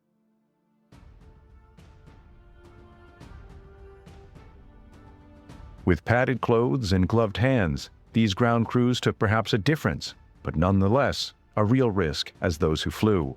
With time always passing, each engine would be assigned its own crew member to conduct necessary checks before inclement weather set in.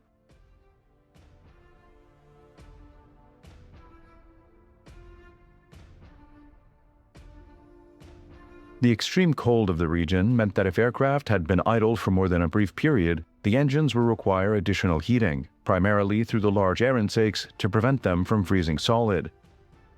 To address this, large mobile heating units were developed, capable of delivering significant amounts of hot air into and around all the piston engines. The crew compartment also received similar treatment, not only to ensure habitability, but also because instrumentation and onboard equipment would not function effectively in such frigid conditions.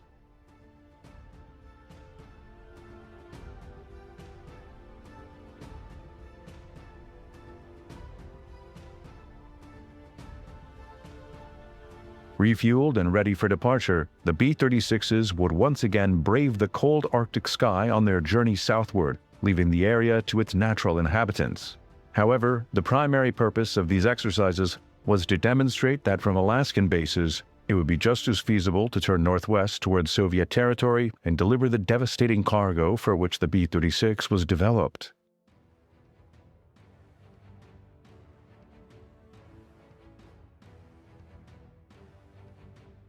Another type of cargo was also identified. Convair, which designed the 36, won the contract for the Air Force's first supersonic bomber, the B-58 Hustler, which was the culmination of Convair's long involvement with the Delta design.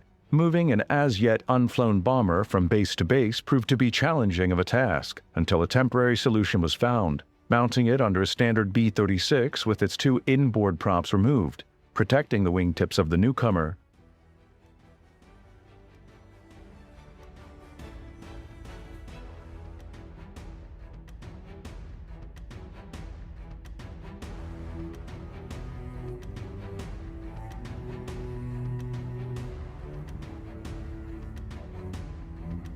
This image perhaps symbolizes, above all else, the contrast between two generations of aircraft. In less than a decade, the pursuit of a faster bomber aircraft had radically altered their shape and size, to the extent that tomorrow's medium bomber could fit snugly beneath yesterday's heavy bomber.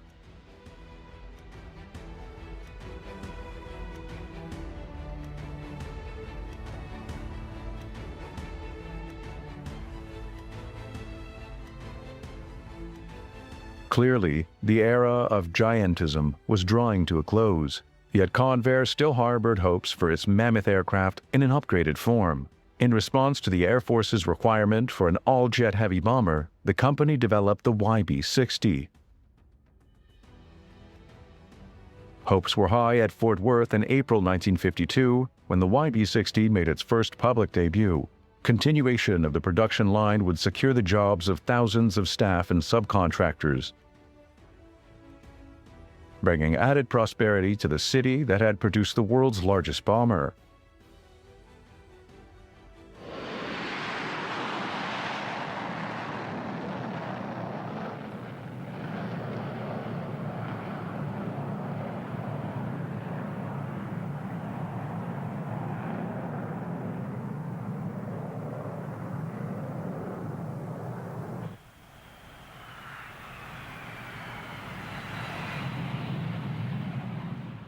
The YB-60 was virtually a B-36, with fully new swept wings and a tailplane. With no defensive armament other than the rear turret, the entire rear crew and quarters were omitted from the YB-60.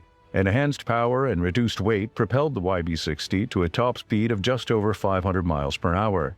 Its production was achieved rapidly, as 70% of its components were standard to the B-36. The Air Force ordered 2 such examples to test the concept, but only actually flew one.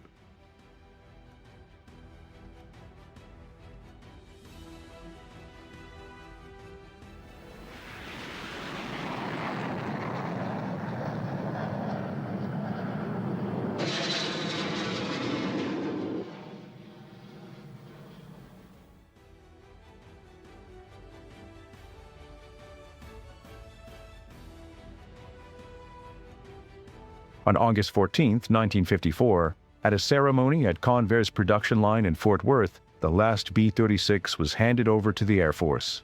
The final delivery from the Peacemaker plant must have been a bittersweet moment for the people of Fort Worth. Although Convair would continue to utilize the plant for many successful projects, it was from this base that they had produced, for many years, the largest plane ever to fly.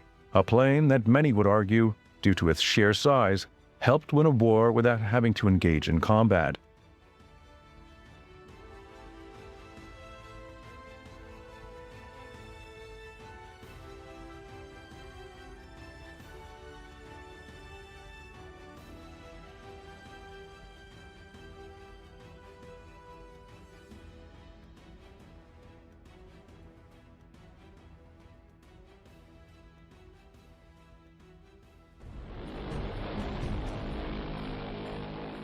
This is the consolidated B-36 intercontinental bomber, sometimes referred to as the Peacemaker or the Big Stick.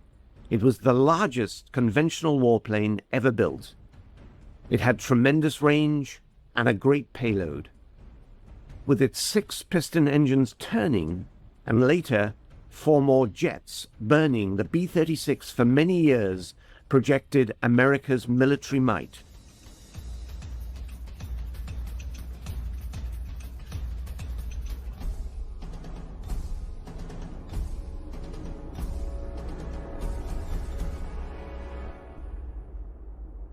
It was a monstrous airplane. It had 6 engines, and they were pusher props. Now later on, they hung jet pods on the ends of the wing, but the early models were all piston engines, pushers. It was a huge airplane, and it was designed then to carry atomic weapons. But by the mid-50s, its sheer size, cruciform shape, and middling performance worked against it in a world of pure jets. However, in its heyday, the 36 was the very pinnacle of successful giantism. Rather surprising given that a decade and a half earlier, the United States had all but abandoned the idea of operating massive aircraft known as XBLRs, or the Experimental Bomber Long Range. The first attempt, the XBLR-1, resulted in the Boeing XB-15. This was an ambitious and useful experiment that demonstrated the importance of 4-engined bombers. The XB-15 carried a crew of 10. However, its 150-foot wingspan proved too large for practical use.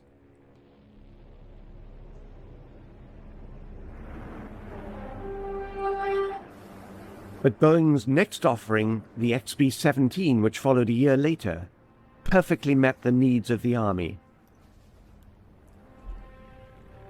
Despite the Army Air Force's decision not to proceed with the XB-15, the political mood in 1938 was undergoing a sea change.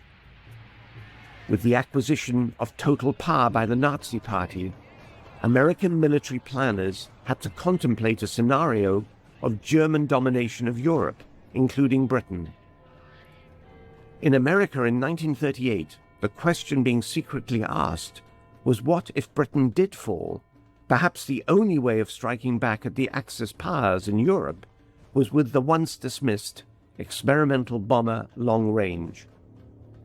The XB-LR-2 came together as the XB-19, somewhat bigger than the XB-15, and in fact bigger than any other aircraft in the world at that time. It was to be built by Douglas Aircraft in California. However, by the time the B-19 first flew, the Battle of Britain had already been won, when a few hundred pilots of RAF Fighter Command were just able to halt the Nazi juggernaut. Notwithstanding these events, the B-19 project continued. Some indication of the project's size can be gained from the scope of its planning. The XB-19 required no less than 4 acres of drawings, 500 engineers, and more than 2 million hours of R&D and construction. The wings on their own had a 200... The two massive main tires were 8 foot high, and each was of 24 ply, using 150 miles of rayon cord and 3 miles of steel wire. All of the flying control surfaces were so large that they could only be operated via power-assisted devices. The rudder alone took up an area of 237 square feet of movable surface. To communicate within such a large aircraft, it was necessary to install a 24-set telephone system and a loudspeaker cum fire alarm warning device. And to enable missions of up to 3 days and accommodate at least 13 crew, it was necessary to have a galley, a wardroom, as well as a bunk room. Such were the proportions of what Douglas liked to refer to as their hemispheric defender.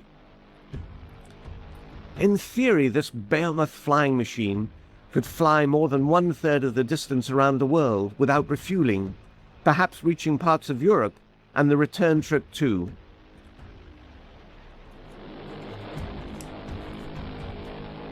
On June 27, 1941, the B-19 made its first flight from Douglas Aircraft in Santa Monica to March Air Force Base. Despite various suggestions to the local press at the time, the B-19 was really a proof-of-concept aircraft to explore what could be learnt about building giant aircraft.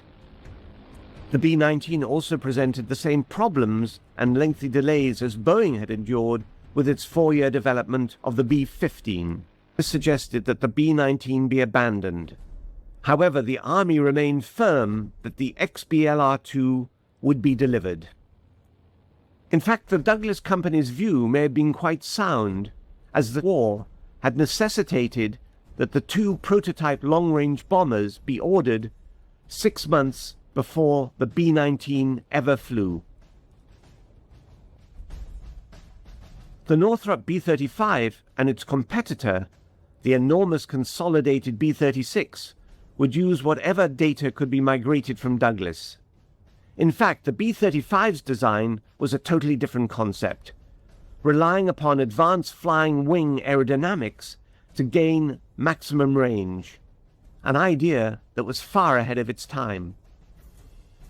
Nevertheless, it was the consolidated XB-36 which the Air Force adopted. It was a symbol of pure 1940s giantism, and likely would have benefited from some of the ideas incorporated in the B-19. However, it was a virtual flying gas tank, carrying with it all the fuel it needed for a there-and-back European mission. The Second World War had come and gone before Consolidated's giant reached production, and as Britain did not fall to Germany, the 36's absence had no impact on the conflict, although its presence became critical in the Cold War that followed. It was during this potentially cataclysmic test that America's Peacemaker really came of age. The newly formed Strategic Air Command under General Curtis LeMay would regularly fly to far distant territories just to demonstrate its enormous reach. It was all a very effective show of force, although by the mid-50s, one that was starting to be questioned. The airplane flew like a glider. It was easy to fly. Anybody could have flown it with 5 hours of stick time. It was a beautiful airplane. It's good that they never had to fly military missions.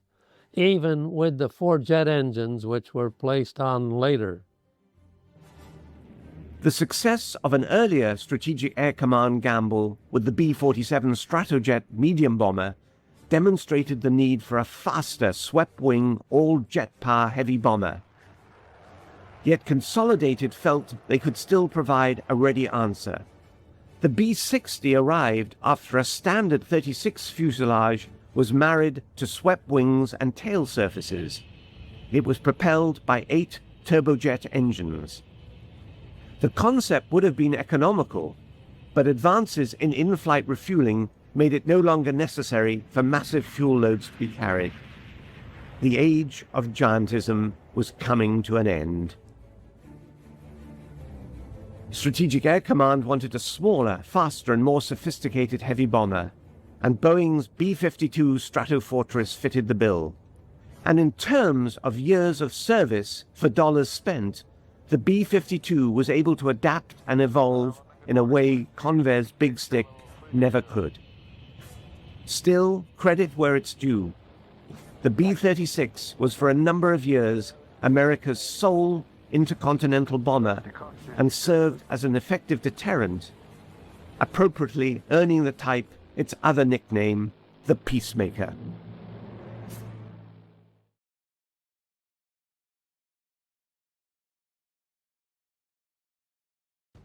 The Boeing B-47 Stratojet is a retired American long-range, 6-engine, turbo-powered strategic bomber designed to fly at high subsonic speed and high altitude to avoid enemy interceptor aircraft.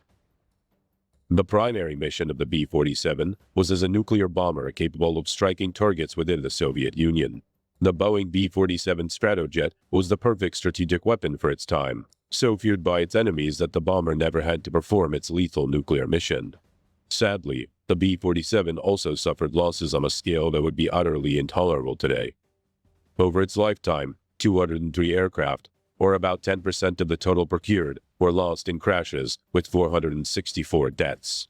The B-47 arose from an informal 1943 requirement for a jet-powered reconnaissance bomber, drawn up by the United States Army Air Forces, or USAAF, to prompt manufacturers to start research into jet bombers. Boeing was among several companies to respond to this request. One of its designs, the Model 424, was basically a scaled-down version of the piston-engined B-29 Superfortress, equipped with 4 jet engines. In 1944, this initial concept evolved into a formal request for proposal to design a new bomber with a maximum speed of 550 miles an hour and a cruise speed of 450 miles an hour, a range of 3,500 miles, and a service ceiling of 45,000 feet. In December of 1944, North American Aviation, Convair, Boeing, and the Glenn Martin Company submitted proposals for the new long-range jet bomber. Wind tunnel testing had shown that the drag from the engine installation of the Model 424 was too high, so Boeing's entry was a revised design, the Model 432, with 4 engines buried in the forward fuselage.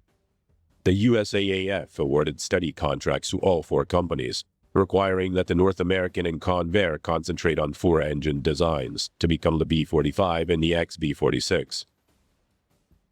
While Boeing and Martin were to build 6-engined aircraft, the B-47 and the XB-48. The power plant was to be General Electric's new TG-180 turbojet engine. In May 1945, the von Kaumann mission of the Army Air Forces inspected the secret German aeronautics laboratory near Braunschweig. Von Kaumann's team included the Chief of Technical Staff at Boeing, George S. Schreier. He had heard about the controversial swept-wing theory of R.T. Jones at Langley, but seeing German models of swept-wing aircraft and extensive supersonic wind tunnel data, the concept was decisively confirmed. He wired his home office, stopped the bomber design, and changed the wing design. Analysis by Boeing engineer Vic Gansa suggested an optimum swept-back angle of about 35 degrees. Boeing's aeronautical engineers modified the Model 432 with swept wings and a tail to produce the Model 448, which was presented to the USAAF in September 1945. It retained the 4 TG-180 jet engines in its forward fuselage, with 2 more TG-180s in the rear fuselage. The flush-mounted air intakes for the rear engines were inadequate, while the USAAF considered the engine installation within the fuselage to be a fire hazard. The engines were moved to streamlined pylon-mounted pods under the wings, leading to the next iteration, the Model 450, which featured two TG-180s in a twin pod mounted on a pylon about a third of the way outboard on each wing, plus another engine at each wingtip. The Army Air Force liked this new configuration, so Boeing's engines refined it, moving the outer engines further inboard about 3/4 of the wingspan. The fin wings provided no space for tricycle main gear to retract, so it would have needed a considerable bulge in the fuselage after the bomb bay for lateral stability. The only way to get a bomb bay long enough for an A-bomb was to use a so-called bicycle landing gear. The two main gear assemblies arranged in a tandem configuration and outrigger struts filled to the inboard engine pods. As the landing gear arrangement made rotation impossible, it was designed so that the aircraft rested on the ground at the proper angle for takeoff. Pleased with the refined Model 450 design, in April 1946, the USAAF ordered two prototypes to be designated XB-47. Assembly began in June 1947. The first XB-47 was rolled out on September 12, 1947. According to the aviation authors, Bill Gunston and Peter Gilchrist, Boeing subjected the first prototype to one of the most comprehensive ground test programs ever undertaken. The XB-47 prototype flew its first flight on the 17th of December 1947, with test pilots Robert Robbins and Scott Ulster at the controls. It lasted 27 minutes, flying from Boeing Field in Seattle to Moses Lake Airfield in central Washington state.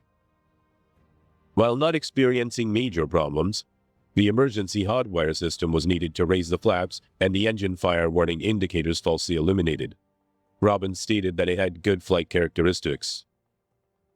Robbins had been skeptical about the XB-47, saying that before his first flight, he had prayed, "Oh God, please help me through the next 2 hours." Robbins soon realized that he had an extraordinary aircraft. Chuck Yeager also flew the XB-47, noting it was so aerodynamically clean that he had difficulty landing on the Edwards Lake bed. In February 1949, Russ Schlee and Joe Howell broke all coast-to-coast speed records, flying from Moses Lake Air Force Base to Andrews Air Force Base, averaging 607.8 miles per hour. During an early flight test, the canopy came off at high speed, killing pilot Scott Ulster. The aircraft was safely landed by the co-pilot. The accident resulted in a canopy redesign and the hiring of pilot Tex Johnston as chief test pilot. The second XB-47, designation 46066 prototype, first flew on the 21st of July 1948 and, following its delivery to the USAF in December of that year, served as a flying testbed until 1954. Its final destination was Chanute AFB, where it was used as a maintenance and familiarization aircraft. The second prototype was equipped with the more powerful General Electric J-47 GE-3 turbojets. The first prototype was later retrofitted with these engines. Flight testing of the prototypes was careful and methodical, since the design was so new in so many ways. Both XB-47 prototypes were test flown at Edwards Air Force Base. The first XB-47, designation 46-065, was disassembled and scrapped in 1954, making the second prototype, 46-066, the sole surviving XB-47. In late 2015, the Flight Test Historical Foundation began fundraising to purchase XB-47 for relocation to the Flight Test Museum at Edwards Air Force Base. The purchase was completed in August 2016, and, on September 21st, the aircraft arrived at Edwards Air Force Base for reassembly, restoration, and eventual display at the Flight Test Museum. By mid-1948, the USAF's bomber competition had already been through one iteration, pitting the North American XB-45 against the Convair XB-46. The expectation was that the B-45 production would be terminated if either of the remaining two designs in the competition, the Boeing XB-47 and the Martin XB-48, proved superior. It is sometimes claimed that the final production decision was made as a result of Boeing President Bill Allen inviting USAF General K.B. Wolf, in charge of bomber production, for a ride in the XB-47. A formal contract for 10 aircraft was signed on the 3rd of September 1948. The XB-47, which looked nothing like contemporary bombers, was described by Boeing as a sleek, beautiful outcome that was highly advanced. The 35-degree swept wings were shoulder-mounted, the inboard turbojet engines mounted in the twin pods at about a third of the span, and the outboard engines slightly near the wingtip. This arrangement reduced the bending moment at the wing's roots, saving structural weight. The engine's mass acted as counterflutter weights. Its maximum speed was limited to 787 kilometers an hour to avoid control reversal, where aileron deflections would cause the wings to twist and to produce a roll in the opposite direction to that desired by the pilot. The wings were fitted with a set of Fuller flaps that extended well behind the wing to enhance lift at slow speeds. The flight control surfaces were powered, augmenting the pilot's inputs and reducing the extension required to overcome the forces involved. The XB-47 was designed to carry a crew of 3 in a pressurized forward compartment, a pilot and a co-pilot, in tandem, in a long fighter-style bubble canopy, and a navigator in a compartment in the nose. The co-pilot doubled as a tail gunner, using a remotely controlled radar-directed tail gun, and the navigator as a bombardier. The bubble canopy, which provided a high level of visibility to the pilots, pitched up and slid backwards. As the cockpit was high off the ground, the crew entered via a door in a ladder on the underside of the nose. The extreme front of the nose was initially glazed for visual navigation and bomb sighting, but this requirement was soon deleted together with the glazing. Most production versions had a metal nose with no windows. A K-series bomb sight provided integrated radar navigation and visual navigation. The optical portion extended through the nose in a small dome. During the late 1940s, the bomber was hailed as the fastest of its class in the world. The first prototypes were fitted with General Electric's J-35 turbojets, the production version of the TG-180, with 3,970 pounds of thrust.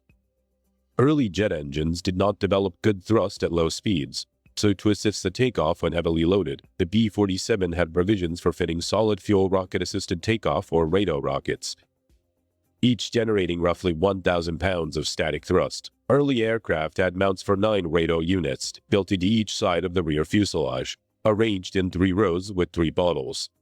Most of the space within the upper fuselage was taken up by self-sealing fuel tanks, the wing having been deemed unsuitable for storing fuel. The performance of the Model 450 was projected to be so good that the bomber would be as fast as fighters than on the drawing board. Thus, the only defensive armament was to be a tail turret with 250 caliber or 12.7 mm AN-M2 Browning machine guns, which would in principle be directed by an automatic fire control system. The 2 XB-47s were neither fitted with combat equipment nor tail turrets, as they were engineering and flight test aircraft only. The total bomb load capacity was to be 25,000 pounds. Production aircraft were to be equipped with modern electronics for navigation, bombing, countermeasures, and turret fire control. Navigation was more difficult than on earlier aircraft due to the higher speed involved. One problem with the aircraft was that at higher altitudes, where the pure turbojet engines could produce good fuel economy, the wing was very compromised. At the top of the B-47's envelope, about 35,000 feet, it was coffin corner. That means at this level, which produced the most range at most weights due to fuel consumption, there was an envelope of 9.3 kilometers an hour between maximum Mach and stall speed. For the B-47 to cross the Atlantic Ocean, it had to be flown this high. Due to its rudimentary autopilot, the pilot had to leave it turned off and spend up to 8 hours diligently monitoring the airspeed and adjusting the throttles to avoid going into stall. The aircraft was so aerodynamically clean that the rapid descent from higher cruise altitude to the landing pattern required dragging the deployed rear landing gear. The relatively high wing loading required a high landing speed of 330 kilometers an hour. To shorten the landing roll, USAF test pilot Major Guy Townsend promoted the addition of a 32-foot German-invented ribbon drag chute. Thrust reversers had not been developed at this time. For the same reason, the B-47 was the first mass-produced aircraft to be equipped with an anti-skid braking system. A related problem was that the aircraft's engines would have to be throttled down on landing approach. Since it could take as long as 20 seconds to throttle them back up to full power, the bomber could not easily do a touch-and-go momentary landing. A 16-foot approach chute drogue parachute, provided aerodynamic drag so that the aircraft could be flown at approach speeds with the engines throttled at ready to spool medium power. On the ground, the pilots used a 32-foot brake chute. The brake chute could be deployed to stop the aircraft from porpoising or bouncing after a hard landing on the front nose gear. Training typically included an hour of dragging the approach parachute around the landing pattern for multiple practice landings. The USAF Strategic Air Command operated multiple B-47 models from 1951 through 1965. Upon entry to service, its performance was closer to that of the contemporary fighters than the extant B-36 Peacemaker bomber, setting multiple records with ease. It handled well in flight, the controls having a fighter-like light touch. The large bubble canopy enhanced the flying crew's vision and gave a fighter-like feel, but also caused the internal temperature variations for the crew. In 1953, the B-57 became operational. It was so sluggish on takeoff and too fast on landings, an unpleasant combination. If landed at the wrong angle, the B-47 would bounce fore and aft. If the pilot did not lift off for another go-around, instability would quickly cause it to skid onto one wing and cartwheel. Because the wings and surfaces flexed in flight, low-altitude speed restrictions were necessary to ensure effective flight control. Initial mission profiles included the locked bombing of nuclear weapons. As the training for this imposes repeated high stress on the aircraft, the airframe lifetime would have been severely limited by metal fatigue, and this maneuver was also eliminated. Improved training led to a good safety record, and few crew felt the aircraft was unsafe or too demanding. But apparently there were some air crews who had little affection for the B-47. By 1956, the USAF had 28 wings of the B-47 bombers and 5 wings of B-47 reconnaissance aircraft.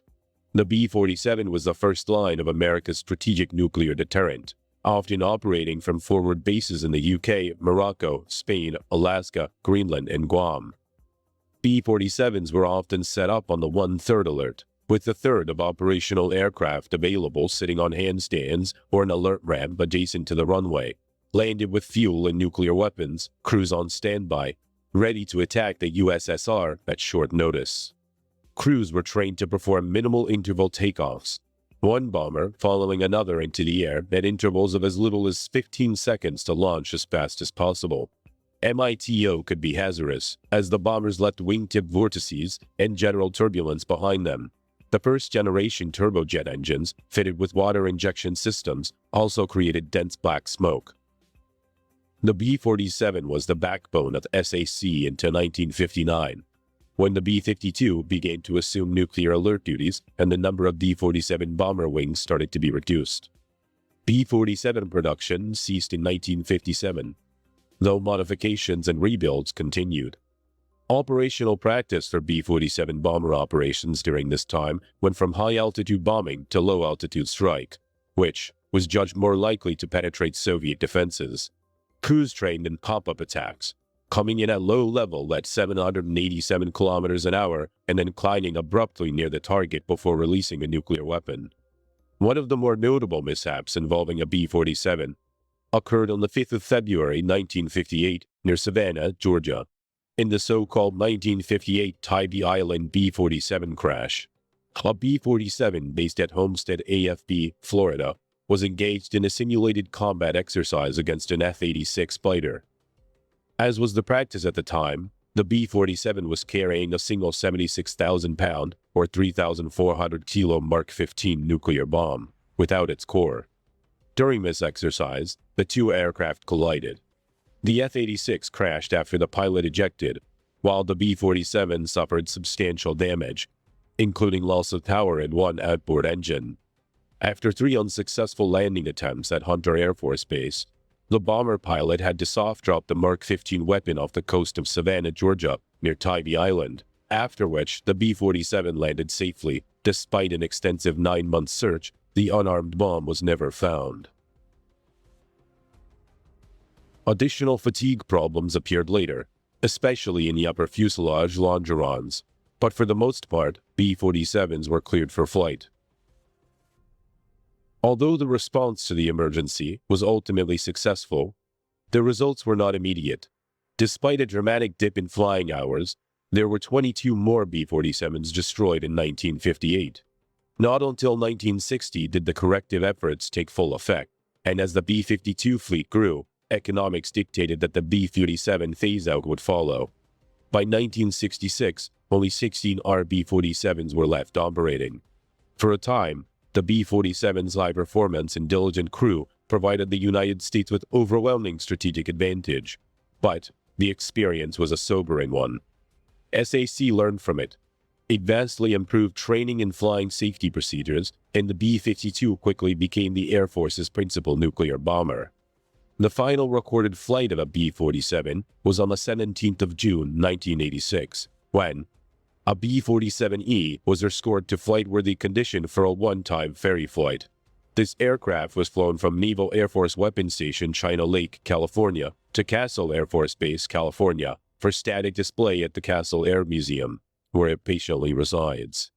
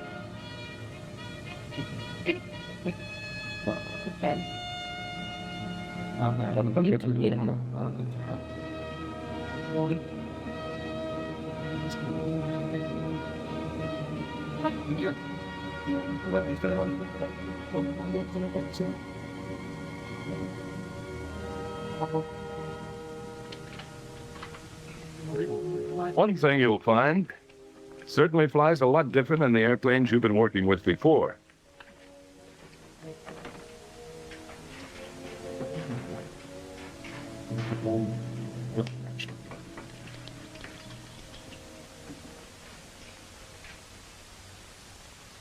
When you get in the front seat, even with an instructor pilot in the rear, you must have full knowledge of the aircraft, its systems, emergency procedures, its capabilities, and limitations. It can pay off with your life sometime. How fast does the B-47 really go? What's the scoop on altitude?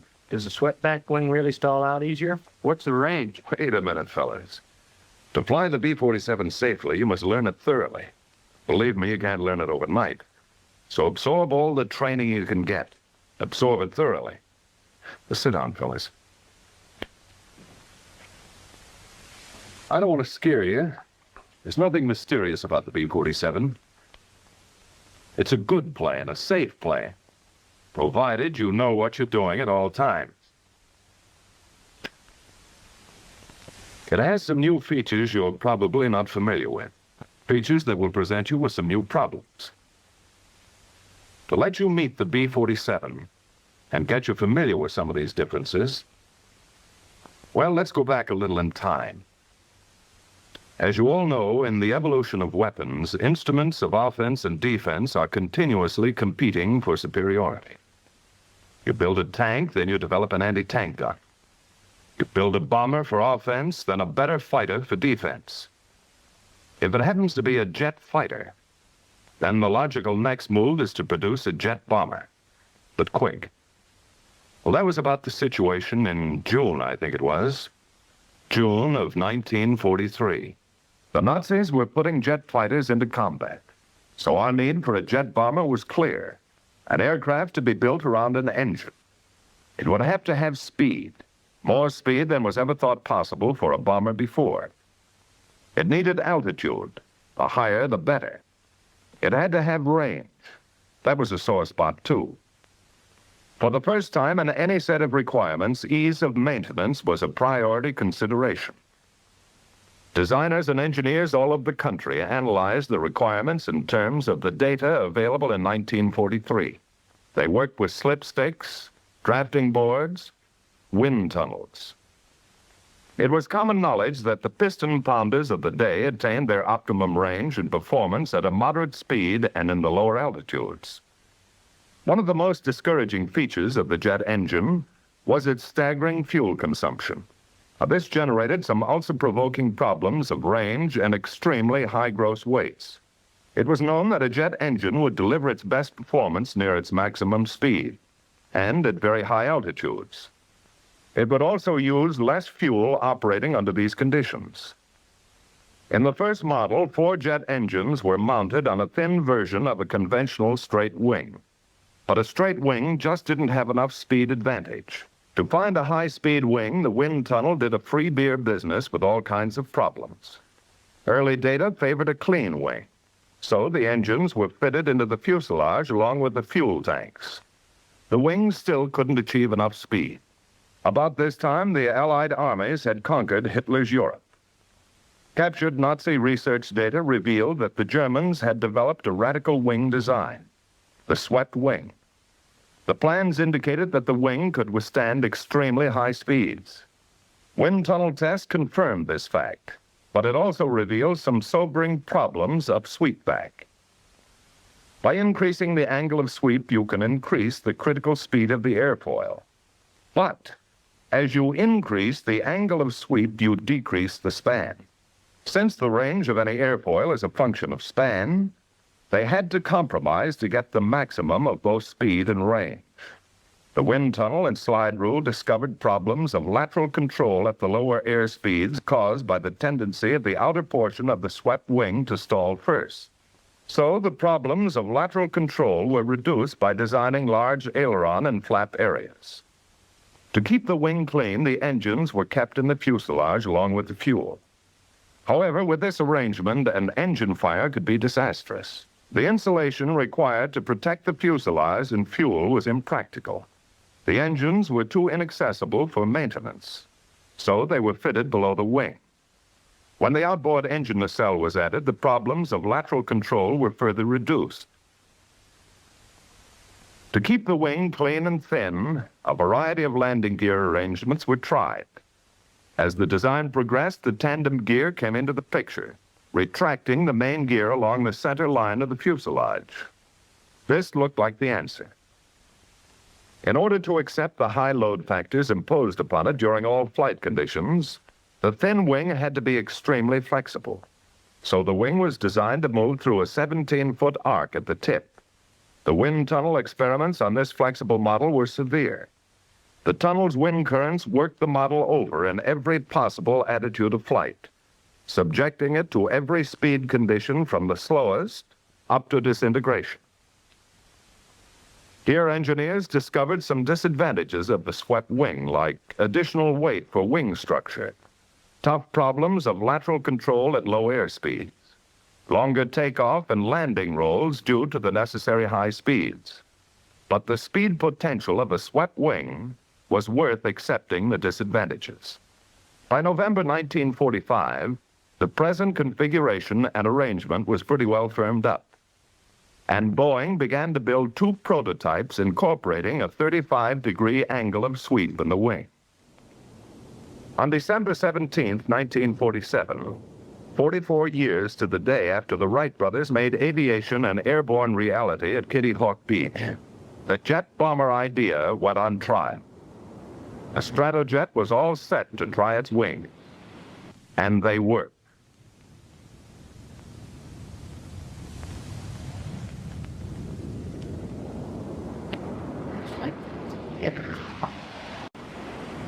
A bomber designed to have a margin of performance over all other aircraft.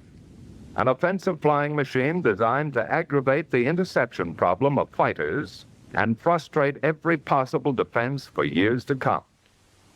It didn't take long to realize that we had the offensive weapon we ordered, that the Air Force had become landlord of the fastest bomber in the world.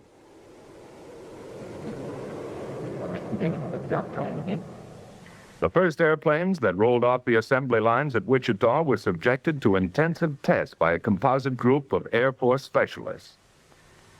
They learned the airplane the hard way during extensive, sometimes merciless, operational suitability tests. A lot of plain old hard work to learn if it was a safe airplane, how to maintain it, what supplies, facilities, and personnel were needed. The test program paid off in a big way for the Air Force. Sizable dividends in knowledge and experience. For instance, they learned some very important facts about landing. Don't land the front gear first. If you do, the rear gear is forced down and the airplane is flying again at a dangerous angle of attack.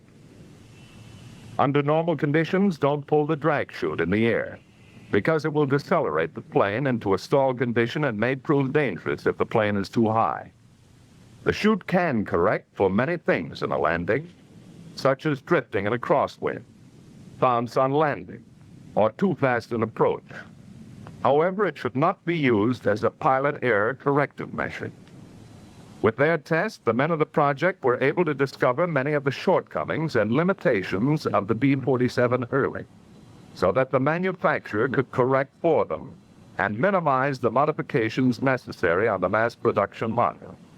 Here's a bird that will perform successfully if you, the people who will make the decisions at the controls, will only spend the effort to learn and adapt to a new set of flying problems and characteristics. That's your mission. When you've completed that mission, you'll be B-47 crew members yourselves. You know, the B-47 is a pretty outstanding airplane on the ground, too. It's covered with maintenance access panels to help the men behind the flying crews to do their jobs in less time than previous bombers required. Packing that handy drag chute is no problem either. It's almost as easy as putting dirty clothes in a barracks bag. Your B-47 needs an amazing volume of fuel for a long-range operation. In a jet airplane, fuel is a critical item. Every phase of your mission plan, range, endurance, as well as takeoffs and landings, gives fuel quantity a high priority. So your cockpit fuel gauges read in pounds and not in gallons. This lets you know at a glance the weight of the fuel available in your tanks, and what's more important, the amount of power you have to complete your mission. Now that you're here to become B-47 crew members, it won't be long until you find out for yourselves that operating a B-47 is an elaborate and serious enterprise. So you plan seriously for every detail of the mission. Just keep in mind that with the high speed and limited fuel, your mission plan for this aircraft has to be right the first time. Now, actually, a B-47 mission plan is less complicated, but a lot more critical than mission plans for the aircraft you have been flying. Anyone who has flown the airplane on a few missions will tell you that you can get the complete advantages out of every feature of the B-47 if you will plan every phase of its operation. In the air, you know, you're going to be your own flight engineer. Even so, planning your missions in a B-47 is really simpler than with previous bombers. You don't have the old string of problems like cowl flaps, mixture controls, manifold pressure, and so forth. But you do have some new problems to consider with the airplane. And you'll have the solution right with you, as standard an item as your oxygen mask and crash helmet. If you're serious with your mission plan, it's like a guarantee in writing that you'll be getting the maximum performance out of the airplane. There's only one altitude for the best range. Since it's based largely on gross weight, your mission plan figures the fuel you're going to use for taxi and takeoff, and during climb to altitude. In order to maintain your optimum altitude at all times, you allow for the rapid decrease in gross weight by use of a climbing flight plan. But with a serious approach to your mission planning, you can pretty accurately estimate all the variables and get the maximum performance from every feature of the airplane. To guarantee that you'll be around to collect some of those fogies you're building up, don't be in too big a hurry when you get out to the airplane. It's never a bad idea to start things off discussing the status of the airplane with the crew chief. He won't be around if you need him upstairs. Flying this brute makes large demands on all the plane driving experience you've ever logged. So don't slough off anything on that exterior inspection.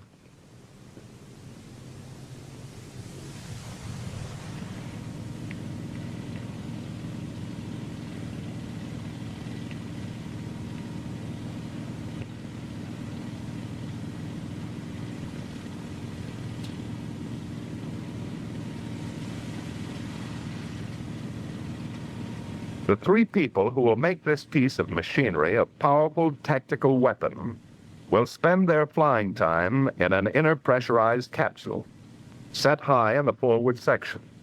The cockpit checklist is designed to save time and fuel on the ground, because every minute the engine runs on the ground cuts a big chunk off your flying range.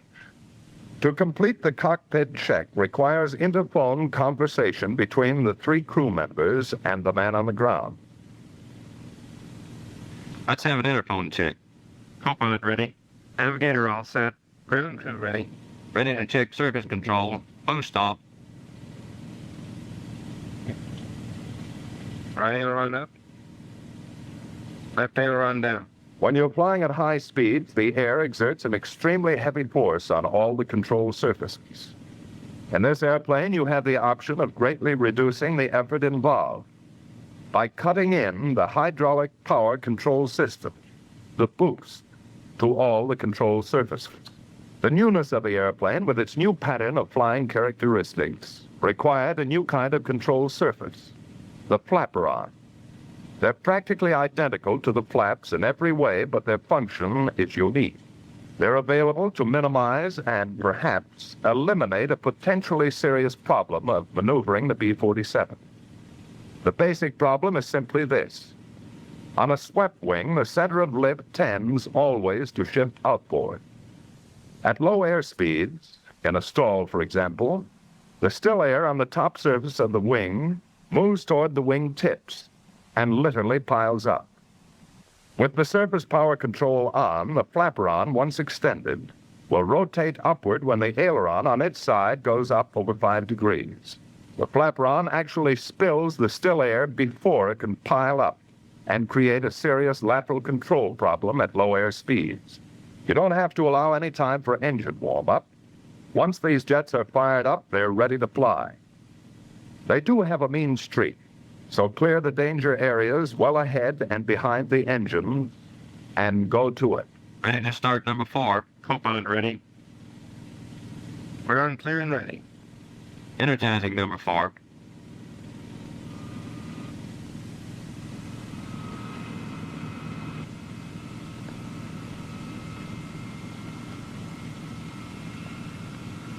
%. Start on forward.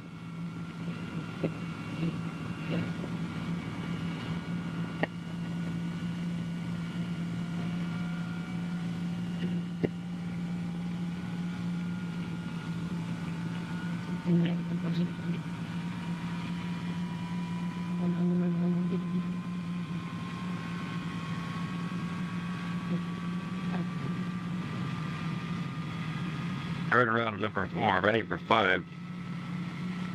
Don't be in too big a hurry to get them all going. There's no easier way to wash out a jet engine than poor starting technique.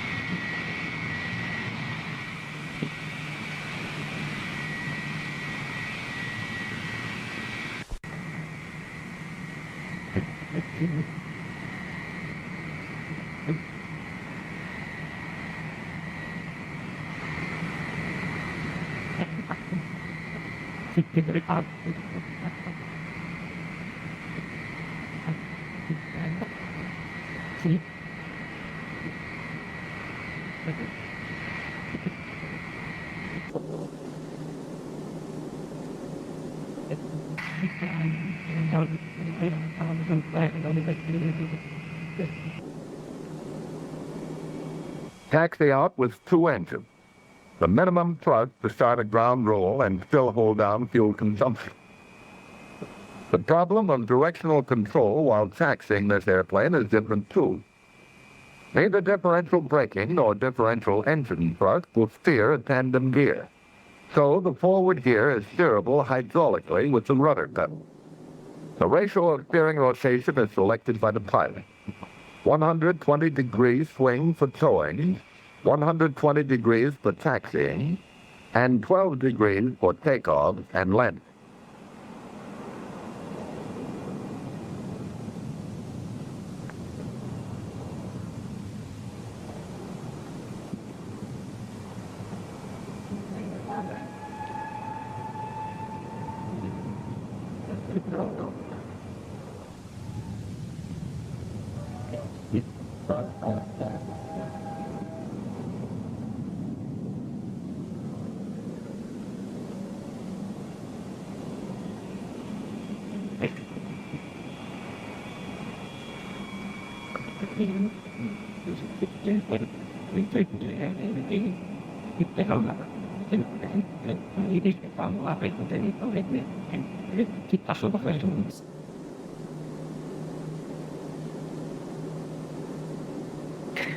Once you're lined up on the runway, all you need is the final check and power for the takeoff roll.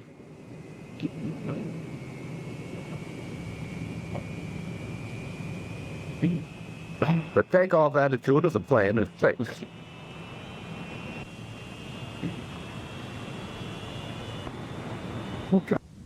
You always take off and land with full flap. At a crosswind, you'll use some aileron to keep from lifting. The flap rods will be in there pitching too. You can't pull it off. When it's good and ready, the plane will fly off by itself.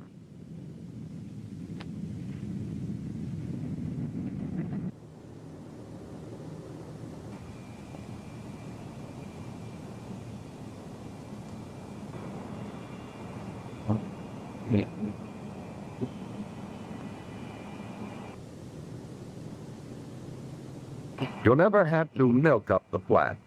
If you reach your mushing or sinking point before you have sufficient flap-up speed, the flaps will stop automatically until safe speed is achieved.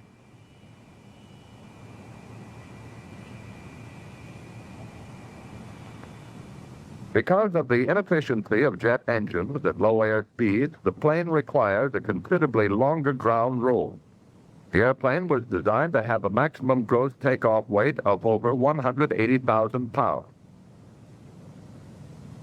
Gross weight, runway elevation, and outside air temperature have a large effect on takeoff distance. So, under certain conditions, the B-47 needs some sort of assistance for takeoff. In your mission plan, you determine your optimum speed for firing the unit. When you're ready, they fire simultaneously by a single switch.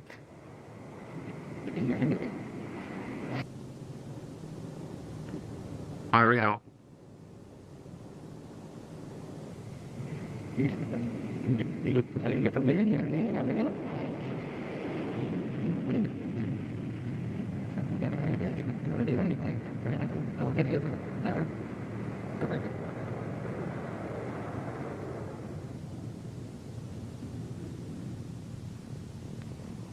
Your fuel consumption can be 3 times as great at sea level as at high altitude. Since the only way to lean out is to go up, climb to optimum cruise altitude as quickly as possible.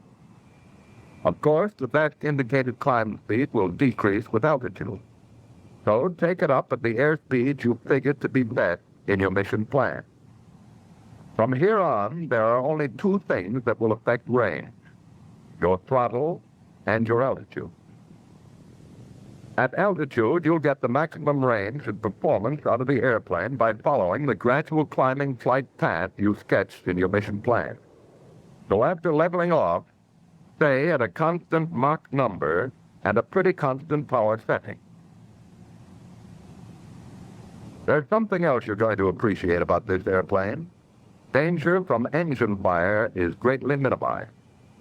For one thing, all the fuel aboard is in the fuselage. So if you ever have a fire, all you need to do is cut off the flow of the fuel to the engine and isolate the engine with the fire button, and the fire should go out. No CO2 required. In a B-47, you're flying the fastest and safest means of round-trip transportation from a forward base to any target in the world. Speed and altitude are your principal defense. You have a comfortable margin on almost everything else that flies. Many times on your missions, you're going to want it to operate as close to the speed of sound as possible. Practical and safe. There's an interesting point about that. One I didn't know about before anyway. It seems a curious old German scientist named Mach discovered that the speed of sound varies with the temperature of still air. Now, generally speaking, as you go up into the higher altitudes, the air gets colder and the speed of sound decreases. In the new group of expressions you'll be picking up around here, the speed of sound is known as Mach 1. Your B-47 is built to safely approach a certain percentage of Mach 1. Knowing how to operate within your allowable percentage is going to help you become one of those ripe old pilots someday. The percentage you are allowed is about as critical as your paycheck.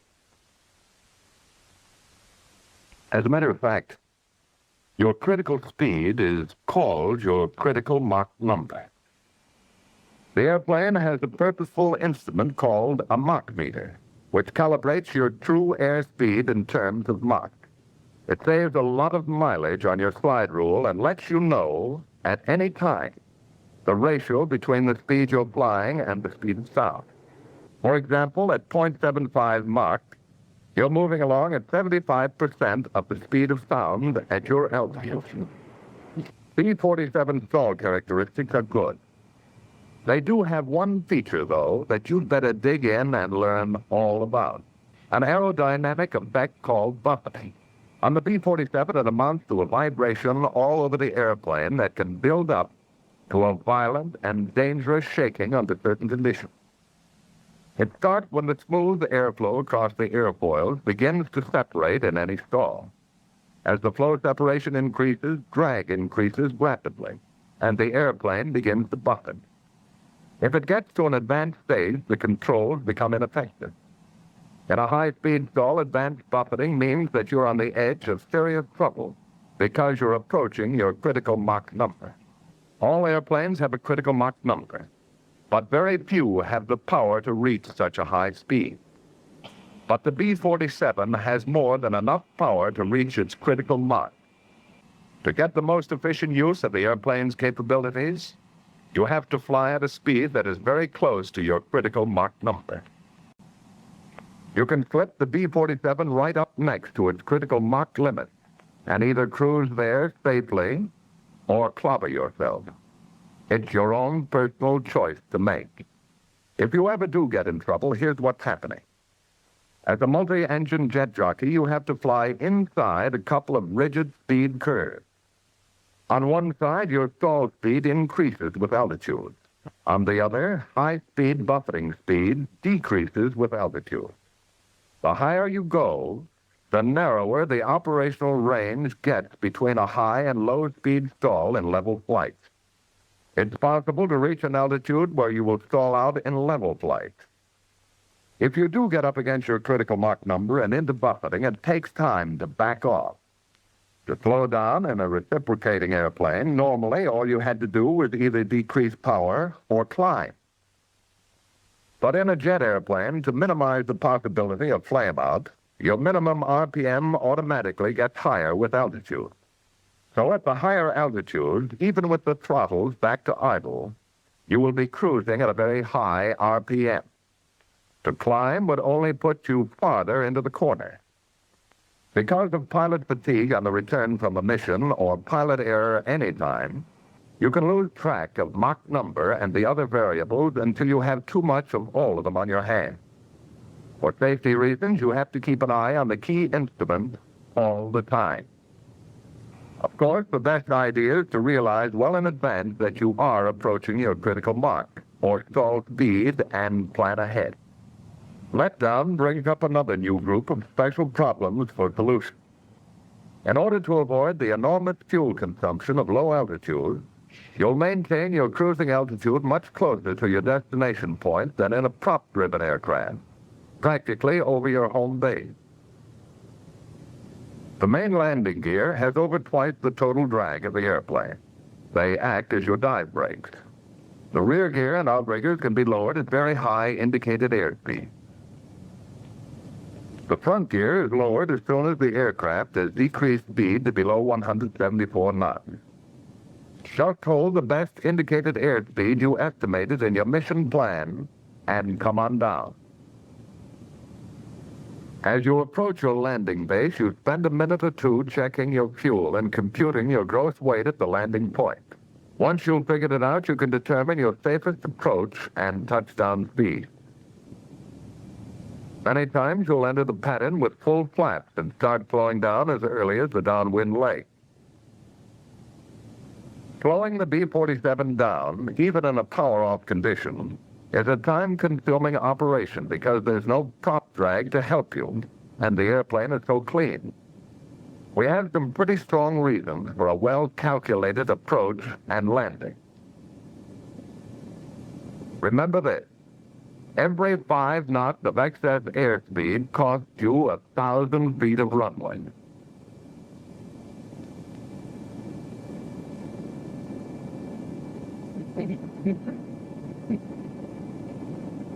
Once you're committed to a landing, don't hold the airplane on. For the best landings, you let the 2 main gears touch simultaneously. But it's still a good, safe landing if the rear gear touches first and the forward unit settles easily on the runway. In a crosswind during both takeoff and landing rolls, you can hold the wings level with the aileron.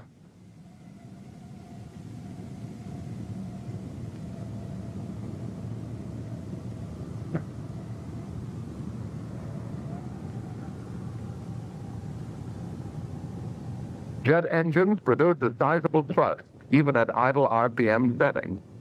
It takes about twice as long to go from idle to 100% as from 50% to 100%. So maintain about 50% RPM until you're certain of landing or going around. Remember, there's no lift across the wing from propeller. So if it's necessary to refuse a landing, decide it as early as possible and open the throttle.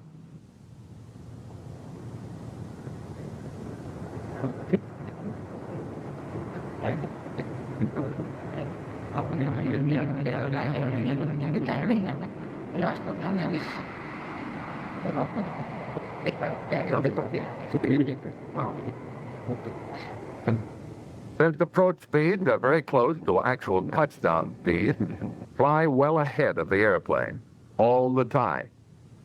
The jet engine flow reaction time doesn't allow you the privilege of last-minute decision. Plan ahead. Remember, if your decision to go around is too late, you'll have to allow the plane to touch the runway after you apply full throttle.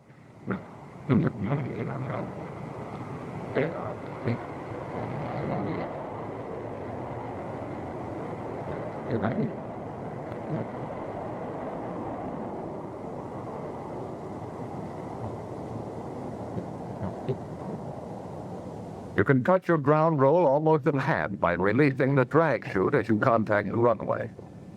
It made a lot of good landings and safe landings out of potentially bad or dangerous ones. Remember, the chute can correct many errors like bounce, deviation in a crosswind, or a landing that's too fast. It's most effective at higher speeds, so get it out as soon as you can. If necessary, anti-skid brakes and chute can be used simultaneously. However, it saves a good deal of tire and brake wear if you wait until the plane has decelerated a good deal before applying the brakes. In the evolution of weapons, the instruments of offense and defense are competing continuously for superiority. The arsenal of flying machines, the advantage of speed has formerly been the exclusive province of fighting. B-47 is the new concept, the new advantage for round-trip bombing missions. For a long time to come, the B-47 will be the best answer, possibly the best solution, for the largest problems of delivering bombs to target and getting flight crews home safe.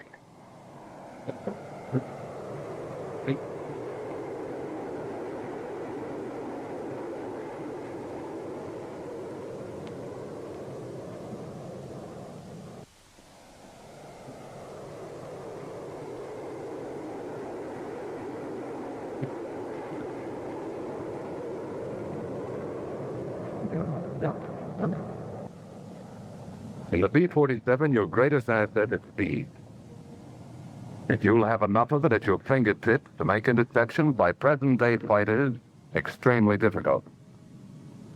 The B-47 has a way of flying all its own. Takes a little time and a lot of hard work to master. But if you honestly like to fly, it's worth it. It's really the best.